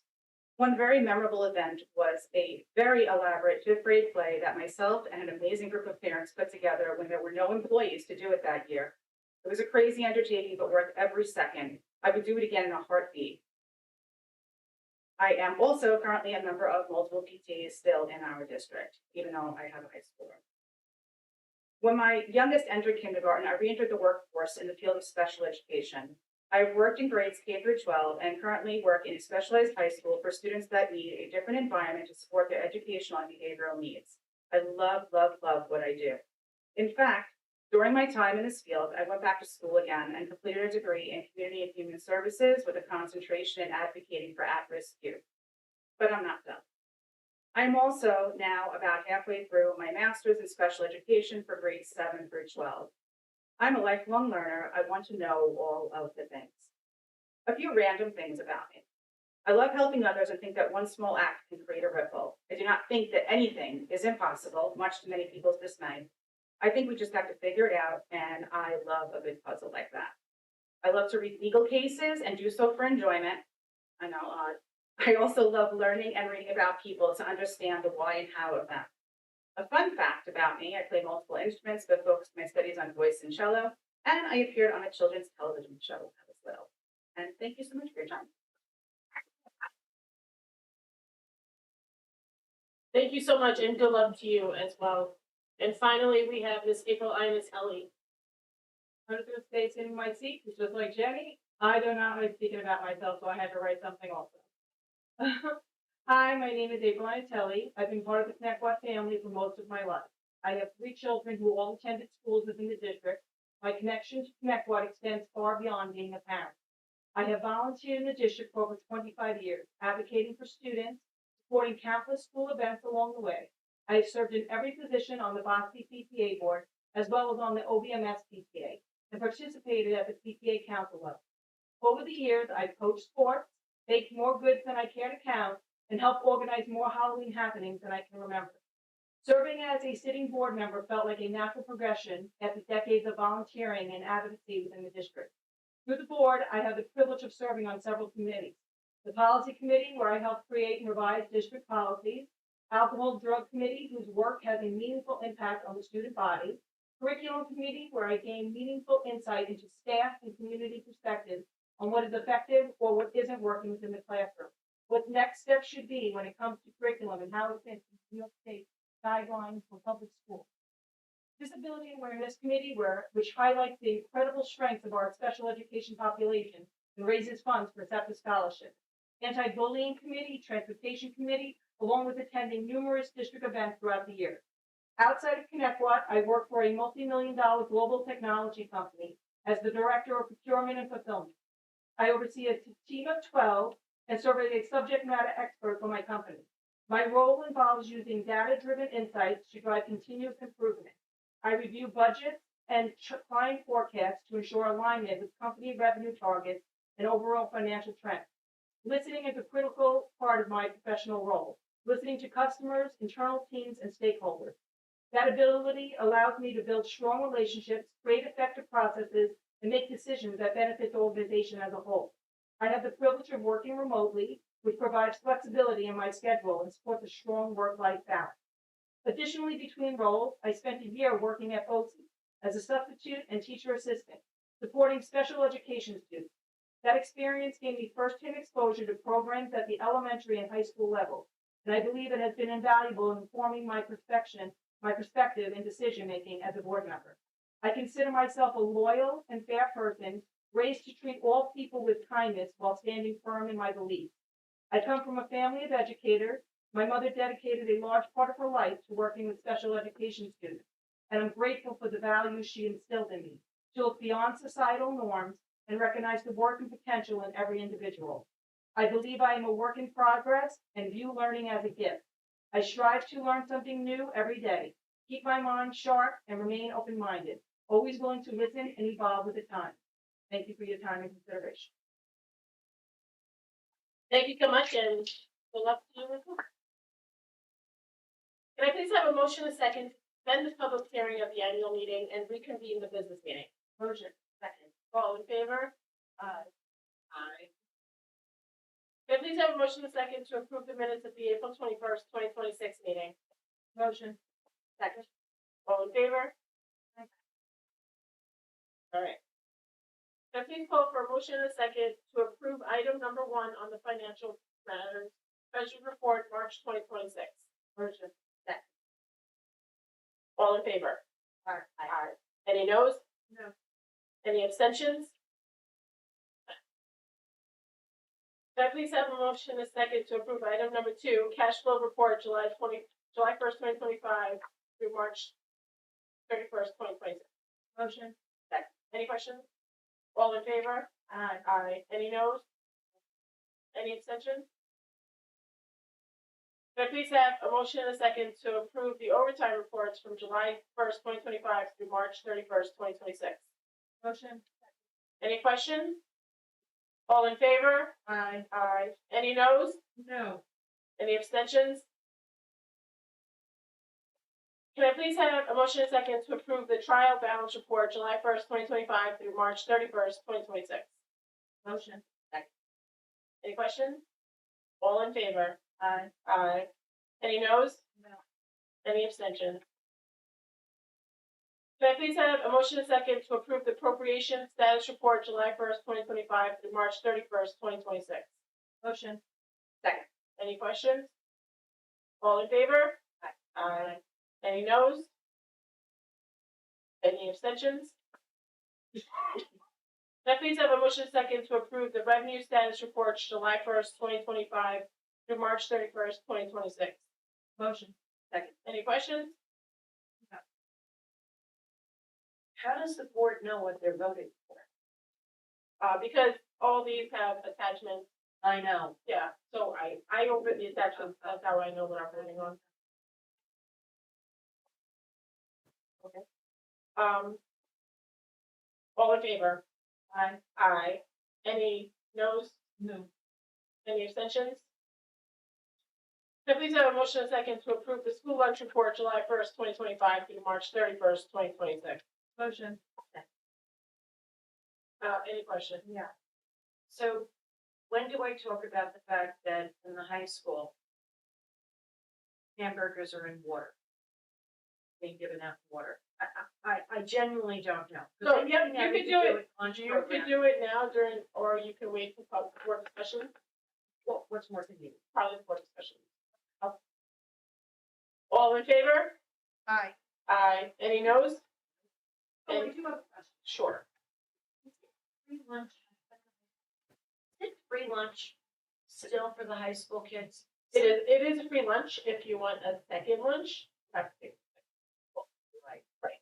But everybody gets free lunch In the high school? Yes. Throughout? in every building.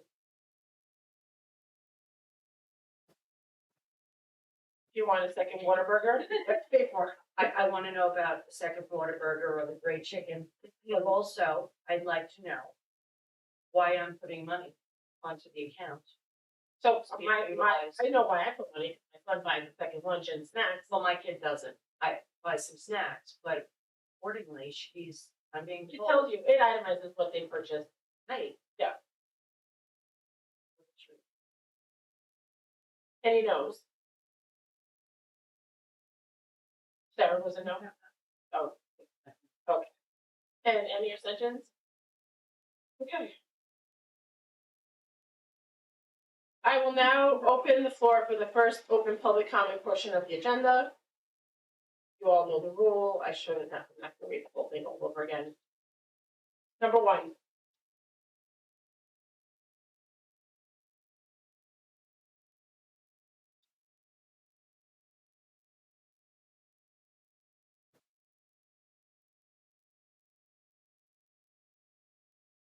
Oh, I see. Number 10. Oh, number 11. Sorry, number 11. Got it. Sorry.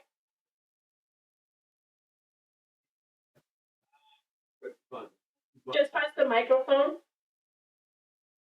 on the bottom. Thank you, sir. Thank you. Yeah, thank you. I'm here to basically ask a question. Got a little bit of an incident going on with my son in middle school. And, it seemed- I just have to caution you before you proceed that you can't describe any details. That's fine, that's Okay. fine, that's fine. I wanted to find out, like, what is the protocol, when a student is, basically involved in a DASA report?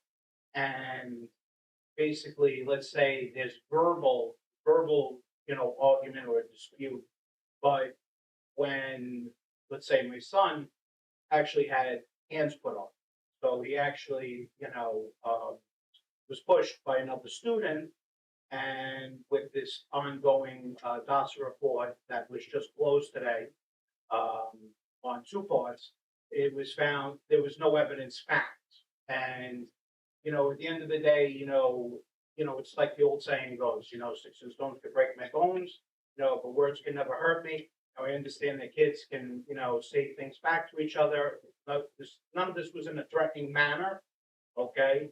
But somehow they deemed it a bullying against my son.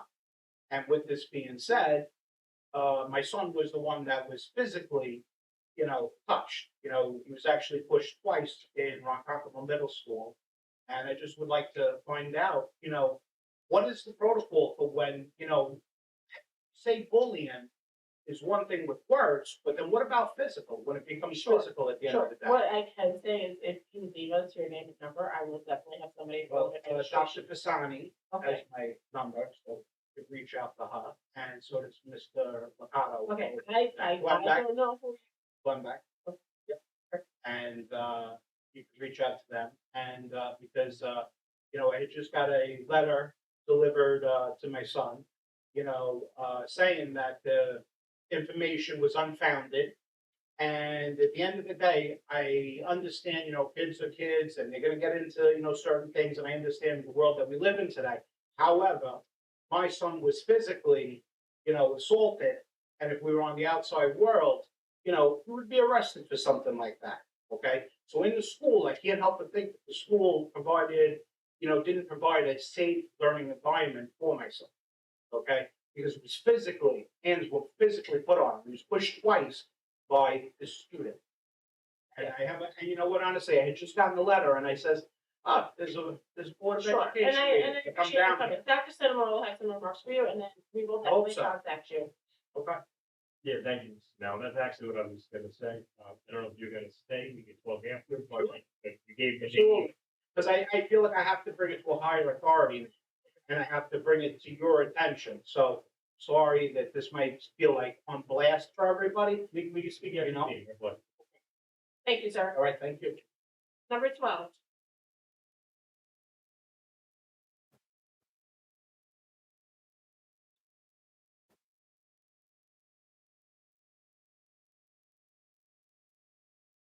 First, I want to just say that I was at the Disabilities Committee, and it was spectacular.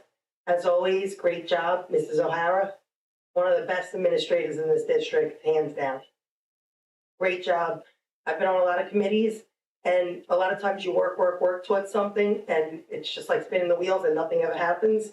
Some of the committees, it's great at the end, we figure something out, but sometimes it's like you just feel like you're just there. And I know some of you have had the same experience when you guys have been there. They did a great job last year, they did a great job this year. Really, I love seeing that. I loved seeing the unified game.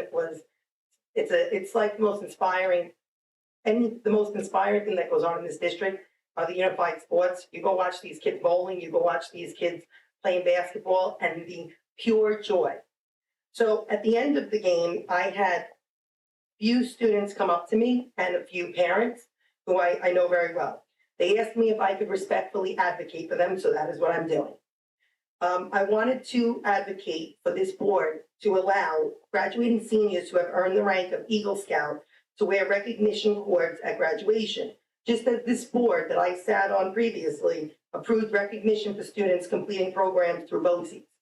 We allowed that in the prior years. I'd like to see this also be allowed. A few years ago, this board made a thoughtful and meaningful decision. You recognize that achievement does not exist only within the walls of traditional classroom. You acknowledge the students who dedicated themselves to skill-based programs through BOCES. They deserve to have the effort seen and honored at graduation. Why shouldn't the Boy Scouts of America and Girl Scouts of America have the same? Eagle Scout is an incredible accomplishment, one that you do not see a lot of students, and I'm hearing that this year there are several of them. I don't see why this is something that shouldn't be done. I said this decision could send a powerful and meaningful message to our students that we all commit themselves to the excellence, discipline, and growth, and that no matter what they're going. Did I miss something? No. Oh, I'm sorry. It's okay. I didn't know if no worries. No worries at all. So like I said, I just want to see this. I would love to see this recognition and an academic honor for them at graduation, like we've allowed other cords to be worn. I don't see what the issue is. I also think it's amazing to see the military ones when they're wearing them over the years.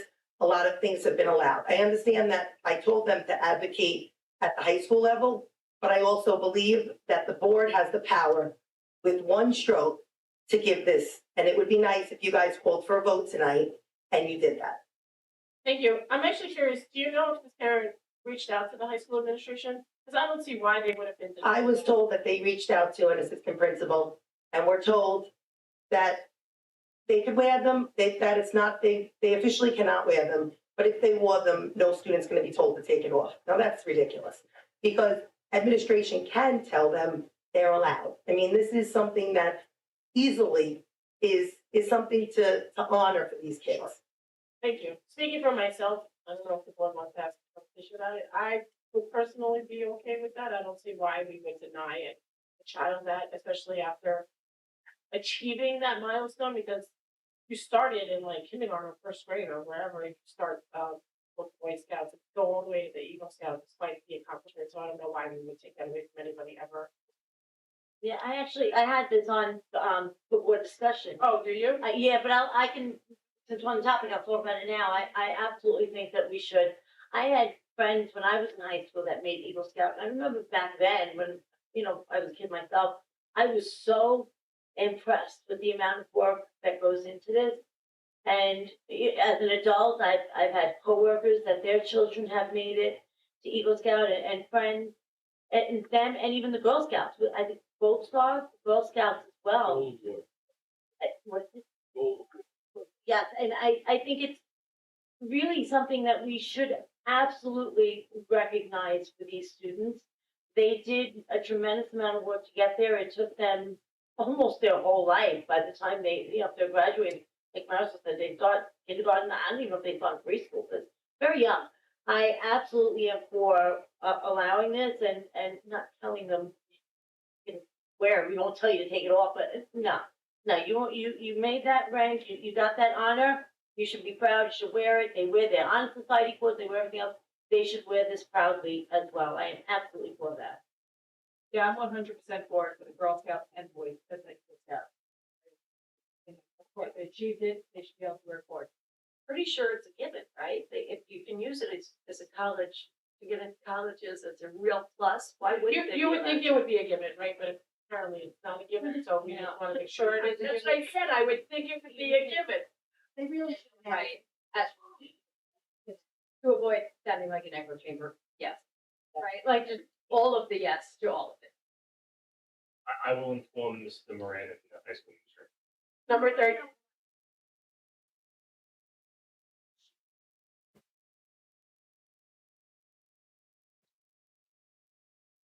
Number 13.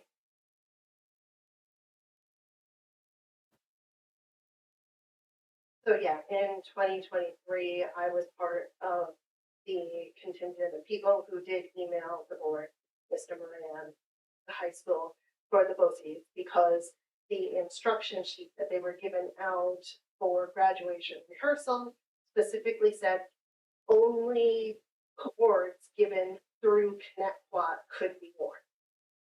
So that's where that came from. So, yes. So I sent my very nice emails and yes, my son wore his cord to graduation. I wore it the rest of the summer. Why I'm up here right now is I was looking through Facebook and Dr. Santabor, huge theater fan. I'm looking through Facebook and I see pictures from the high school drama program that happened over the weekend. I had no idea this was happening. Where is this put out there? Like a lot of times as a taxpayer, not a parent, the only time that I see things that are happening in the district is after they've happened already. Unless I specifically know, like, oh, it's January, let me start looking for like the spring musical when that's happening.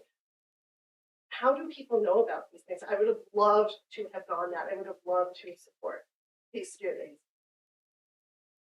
So I don't know if this is fixed, but you can go on the district calendar and upload the calendar for a specific school to your phone, and it will, like, I had this great drama production on my digital calendar.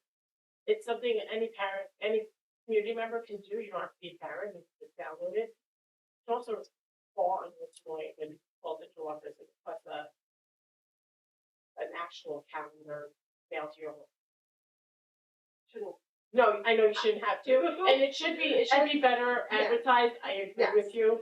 Especially with like, because yes, I mean, I had 13 years of the school calendar in front of me, and when he graduated, the one thing that I missed was the school calendar because now, like, I plan vacation. But like since then, I've been like, oh, thank God, I don't have to look at this calendar anymore because all the things that I don't see. In terms of announcements, promotions in general, and are you on the Parent Square? So parents that don't have children don't get Correct. notification. I'm on They Parents just Square. don't. I'm not I know connected. there's an avenue to do it, but they don't get the notification. It took me a while to get onto Parent Square because I kept getting errors that I was a robot. And then I don't get notification, I got notifications that about these snow days not being taken off. Like I need to know that, but I don't get the things that I might wanna know about. You know what I'd like to see? Just like we advertise all the time on Instagram, Facebook, all of this on the Connect Web page. Why can't we, and I said this about the 5K run this past weekend, that I just felt like it wasn't well advertised. That if we put it up before, not the pictures after, you know, and we had discussed that, you know, maybe your assistant or somebody could start putting up some of these things, then why can't we just put up the play, the drama, you know, on these social media pages where people are looking, they're not looking at Parents Square, they're not, I mean, even myself, I'm in Parents Square. I actually have my parents were in the. Right, so, you know, Because I'm a there's so- calendar fan, but we're not getting those either. But I, of course, social media, one of them is going to catch my eye. I would love to see that, preemptively done, not, you know, after the fact. Of course, I want to picture that too, but, you know, preempt. Thank you. Number 14.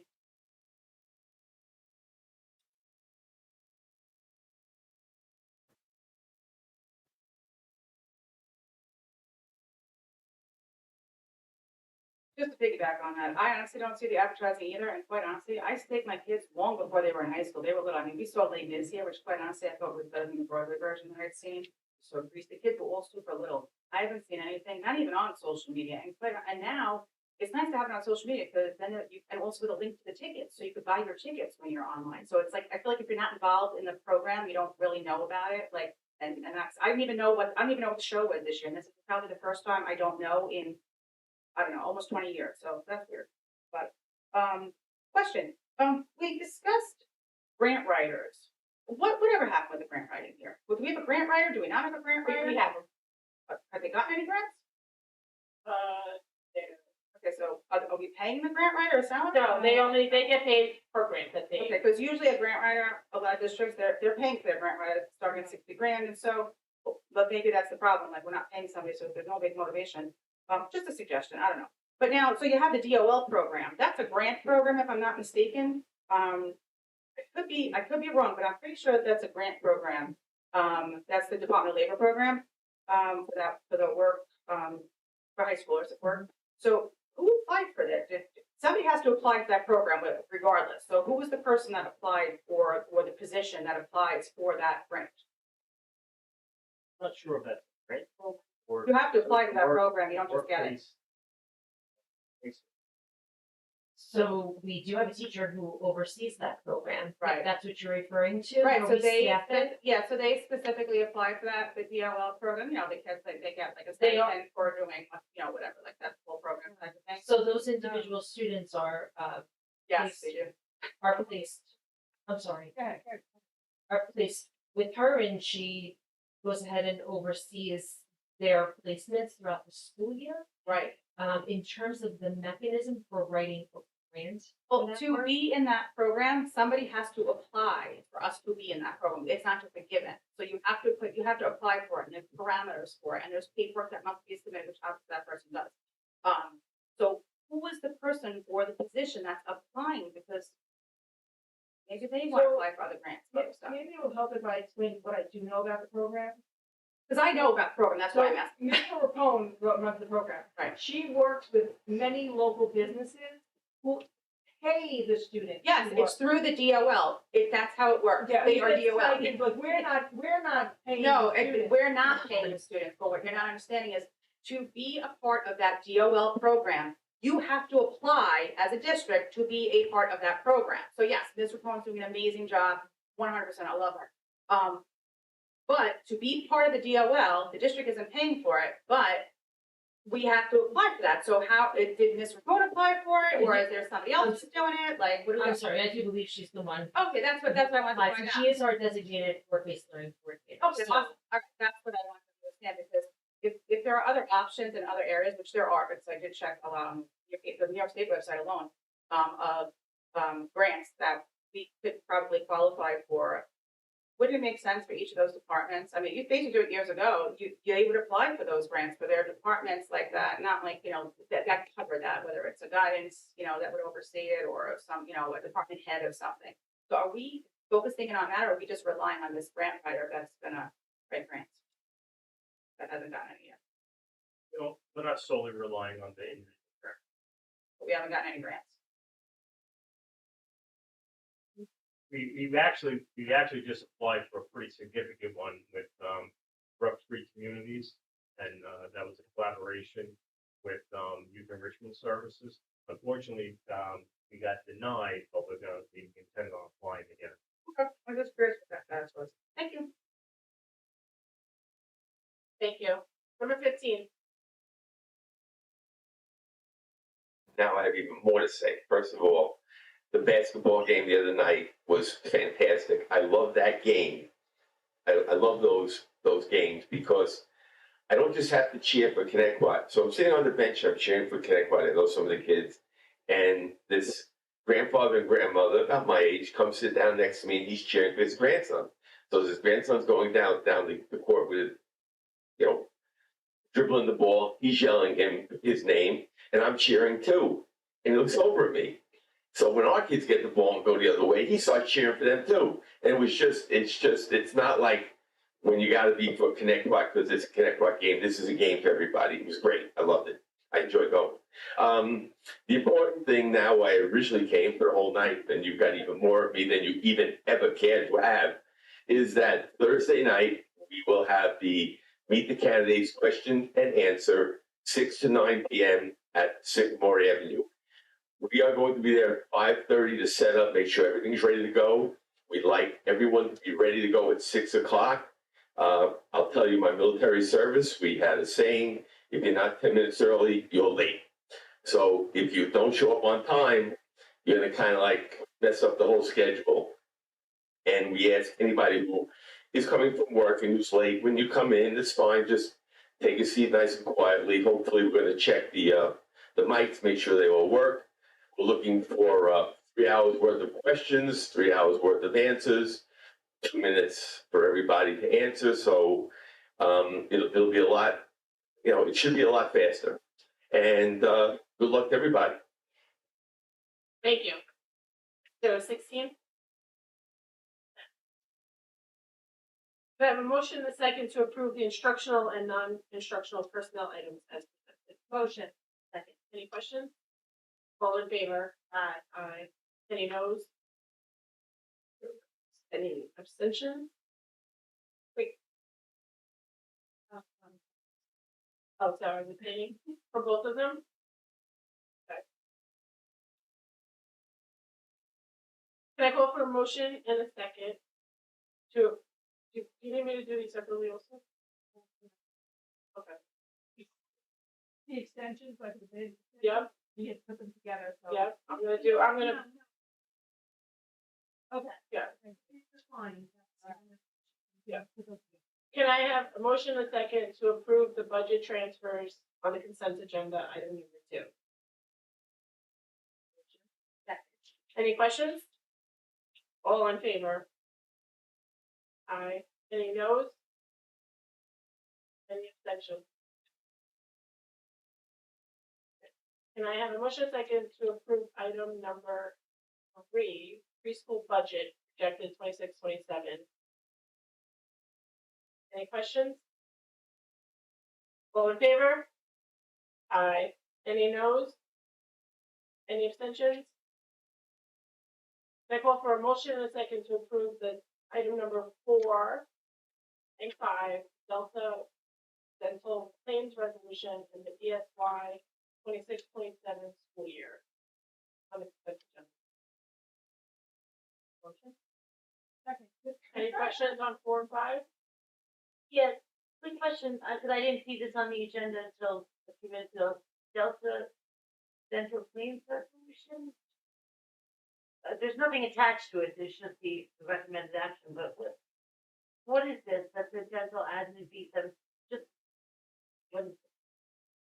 So I can answer that. So the Delta Dental, is more of a contractual obligation where say the teachers contribute, a portion contractually towards the dental claims as well as the district. And that when, I'll say when the claims, do not exceed, the amount that's contributed, there's an account that the monies have been kept in. So now when claims do exceed, what has been contributed, we then do a transfer from that account to cover. So it's on here like this instead of a budget transfer, it's different.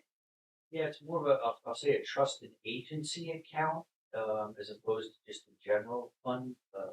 It's on the trial balance actually, that was approved earlier, so it's there. Thank you. All in favor? Aye. Aye. Any noes? Any abstention to both, Ms. Parisi? Okay. I call for a motion and a second to approve items numbers 6 through 12 on the consent agenda. Motion. Second. Any questions on those? All in favor? Aye. Aye. Any noes? Any abstentions? Can I have a motion and a second to approve item number 13 and 14, the MOA Summer 2026 Business Internship and CTA MOA Extension? Motion. Second. Any questions on those? All in favor? Just oh, sorry, quick question. The business internship MOA, I don't remember talking about that. Have we done that before? We do that every summer, and that's part of what Ms. Kenny was talking about. We have that part during the year, but then we have part of it during the summer. And all in favor? Aye. Oh, it's the summer business program? Last year the kids went to. Ms. Poppy could? I can explain. Mr. Foley. It's, we post it for anybody in the CTA. It's a teacher-run program. There is an individual who did it last year. Her name is Ms. Rapone. She manages students who are working at these different businesses throughout the summer. She goes and she helps support them in doing this work for different businesses, local businesses and supermarkets, things like that. Yes, This is like a stipended position and it, yes, and that's what this MOA is. gotcha. All in favor? Aye. Aye. Any noes? Any abstentions? Can I get a motion and second to approve items number 15 and 16, the flow-through contract on the consent agenda? Motion. Second. Any questions on those? All in favor? Aye. Aye. Any noes? Any abstentions? Can I have a motion and second to approve item number 17, the CTA MOA on the consent agenda? Motion. Second. Any questions? All in favor? Aye. Aye. Any noes? Any abstentions? Okay. So now we have the Board of Ed topics. We have charter schools, Ms. Naima Telly. Yeah, I had brought this to the board, back in February, and I, asked everybody to vote. You guys said you needed more time. So I, sent you an email telling you, that it's gonna be on the, agenda tonight. And I'd like to vote to be able to send a letter to New York State in support of charter schools not being able to take taxpayer money without our permission. I actually, was in a workshop this past weekend and this topic came up. And even though it's not as big of a problem in our district, they are popping up everywhere and there's no accountability. They, are taking kids in, they get paid. And what they're doing a lot of the times, if they don't fit into their realm, by November, they're sending the kids back to the public schools and they've already got paid. And well, not failing out, it just doesn't fit, I guess, in whatever their curriculum is. And you have to remember too, only a certain percent of teachers at a charter school have to be certified teachers. People can teach the classes who are not certified teachers. So again, it's becoming, more prevalent that these are popping up again in many other communities. Can you give an example of a charter school? There's one in Central Islip right now. there's so many in Riverhead, that was the main, topic. The CTA, did, right, I mean, the amount of schools that have now, are in support of making sure for this bill. I mean, there's over 30 schools on here, I believe, that, we had received a letter from, CTA showing all the support throughout Long Island. Okay, so respectfully, I have not looked into it at all, okay? We've been inundated with stuff that we're dealing with. I just feel like I can't, I need a little more time. Like, I just feel like I appreciate that you want that vote, I get it. I need a little more time to do my due diligence. You do. Sorry. I am in support of sending the letter against the charter schools. They use our taxpayer dollars to help fund those schools. And the community doesn't see that money, it goes to those schools. So I am definitely. They're all bad. I'm not saying they're bad. I'm saying I would like my taxpayer dollars to go to connect our schools and not the charter schools. So I'm a yes in support of sending. As am I. I don't think it's about good, bad, as far as, from what I remember from reading the letter, it's literally, it's focusing on the tax component of it, the taxpayer dollars. Right, but if it benefits some kids, that's my thing. You understand, like, maybe I need to do more homework Right. on this, 'cause I just. My feel on it is, sure, the charter school could benefit some kids. The money that it pulls harms more than it's benefiting. At least on behalf, I'm speaking how I feel as far as, especially our district goes. The amount of money that we lose for it is more harmful than it is helpful, and we don't get enough visual into exactly what's going on because of that is valid about how many teachers need to be certified and the oversight bodies. There's a lot, but I'm all for, like, I get what you're saying. You want to look more into it, we haven't even take it. Anyway. Yeah. I need to be able to look into this, so I'm gonna abstain for this. There actually is a majority vote to send the letter. Have to write the letter.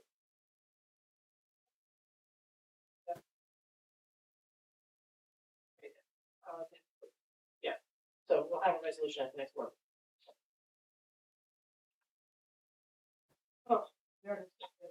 Yes, so the Disability Awareness Fair, Ms. Lorenzo. Yeah, no, everybody kind of stole my thunder talking about this. I wanted to talk, no, that's okay. The more love for this event, the better. The Disability Awareness Fair was absolutely fantastic. I've gone the last 2 years I've attended, and it just keeps growing. And it was great, and again, the kids, the playing, as I was talking to John, and it's just pure. Their sportsmanship is pure, and you felt it in that gym. Didn't matter if they were Connecticut or Brentwood, I think that's who were playing. We were cheering for every single student. They were amazing. I love the way they interact with each other. They hand each other the ball. I tell you, we should all take a page out of their books, because they're an inspiration to watch. And I absolutely love the little one with sign language. That was so heartwarming to see all these little tiny people up there signing at the beginning. They signed the pledge, and then they signed the national anthem. They sang that, and it was absolutely amazing to see. And the event itself was fantastic. Sorry if everybody heard me bang, I had to switch my mic. But the event itself, with all the schools being involved, that they had these amazing baskets. All the schools were there. The SEPTA, for CTA. Everybody came together. There was food, popcorn, cotton candy. Thank you to the student who provided that.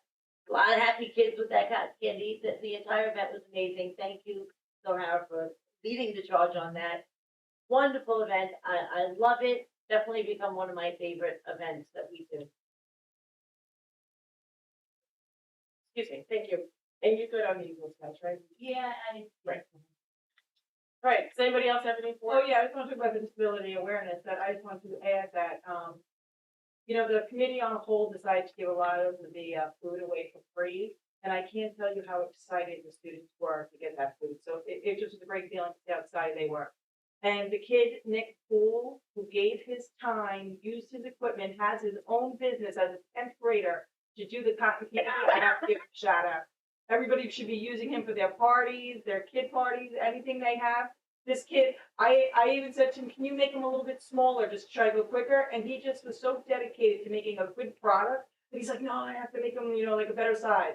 He honestly, such a good-hearted, great kid that in already in 10th grade gave his time up and his supplies, and it just was amazing to say that it added to what a great experience it already was. He was so cute. So cute. Yeah, Miss O'Hara, amazing event. I think homework can be said, right, everybody? Everybody said it all. It was really great. Can I have a motion and a second to adjourn the meeting? Motion.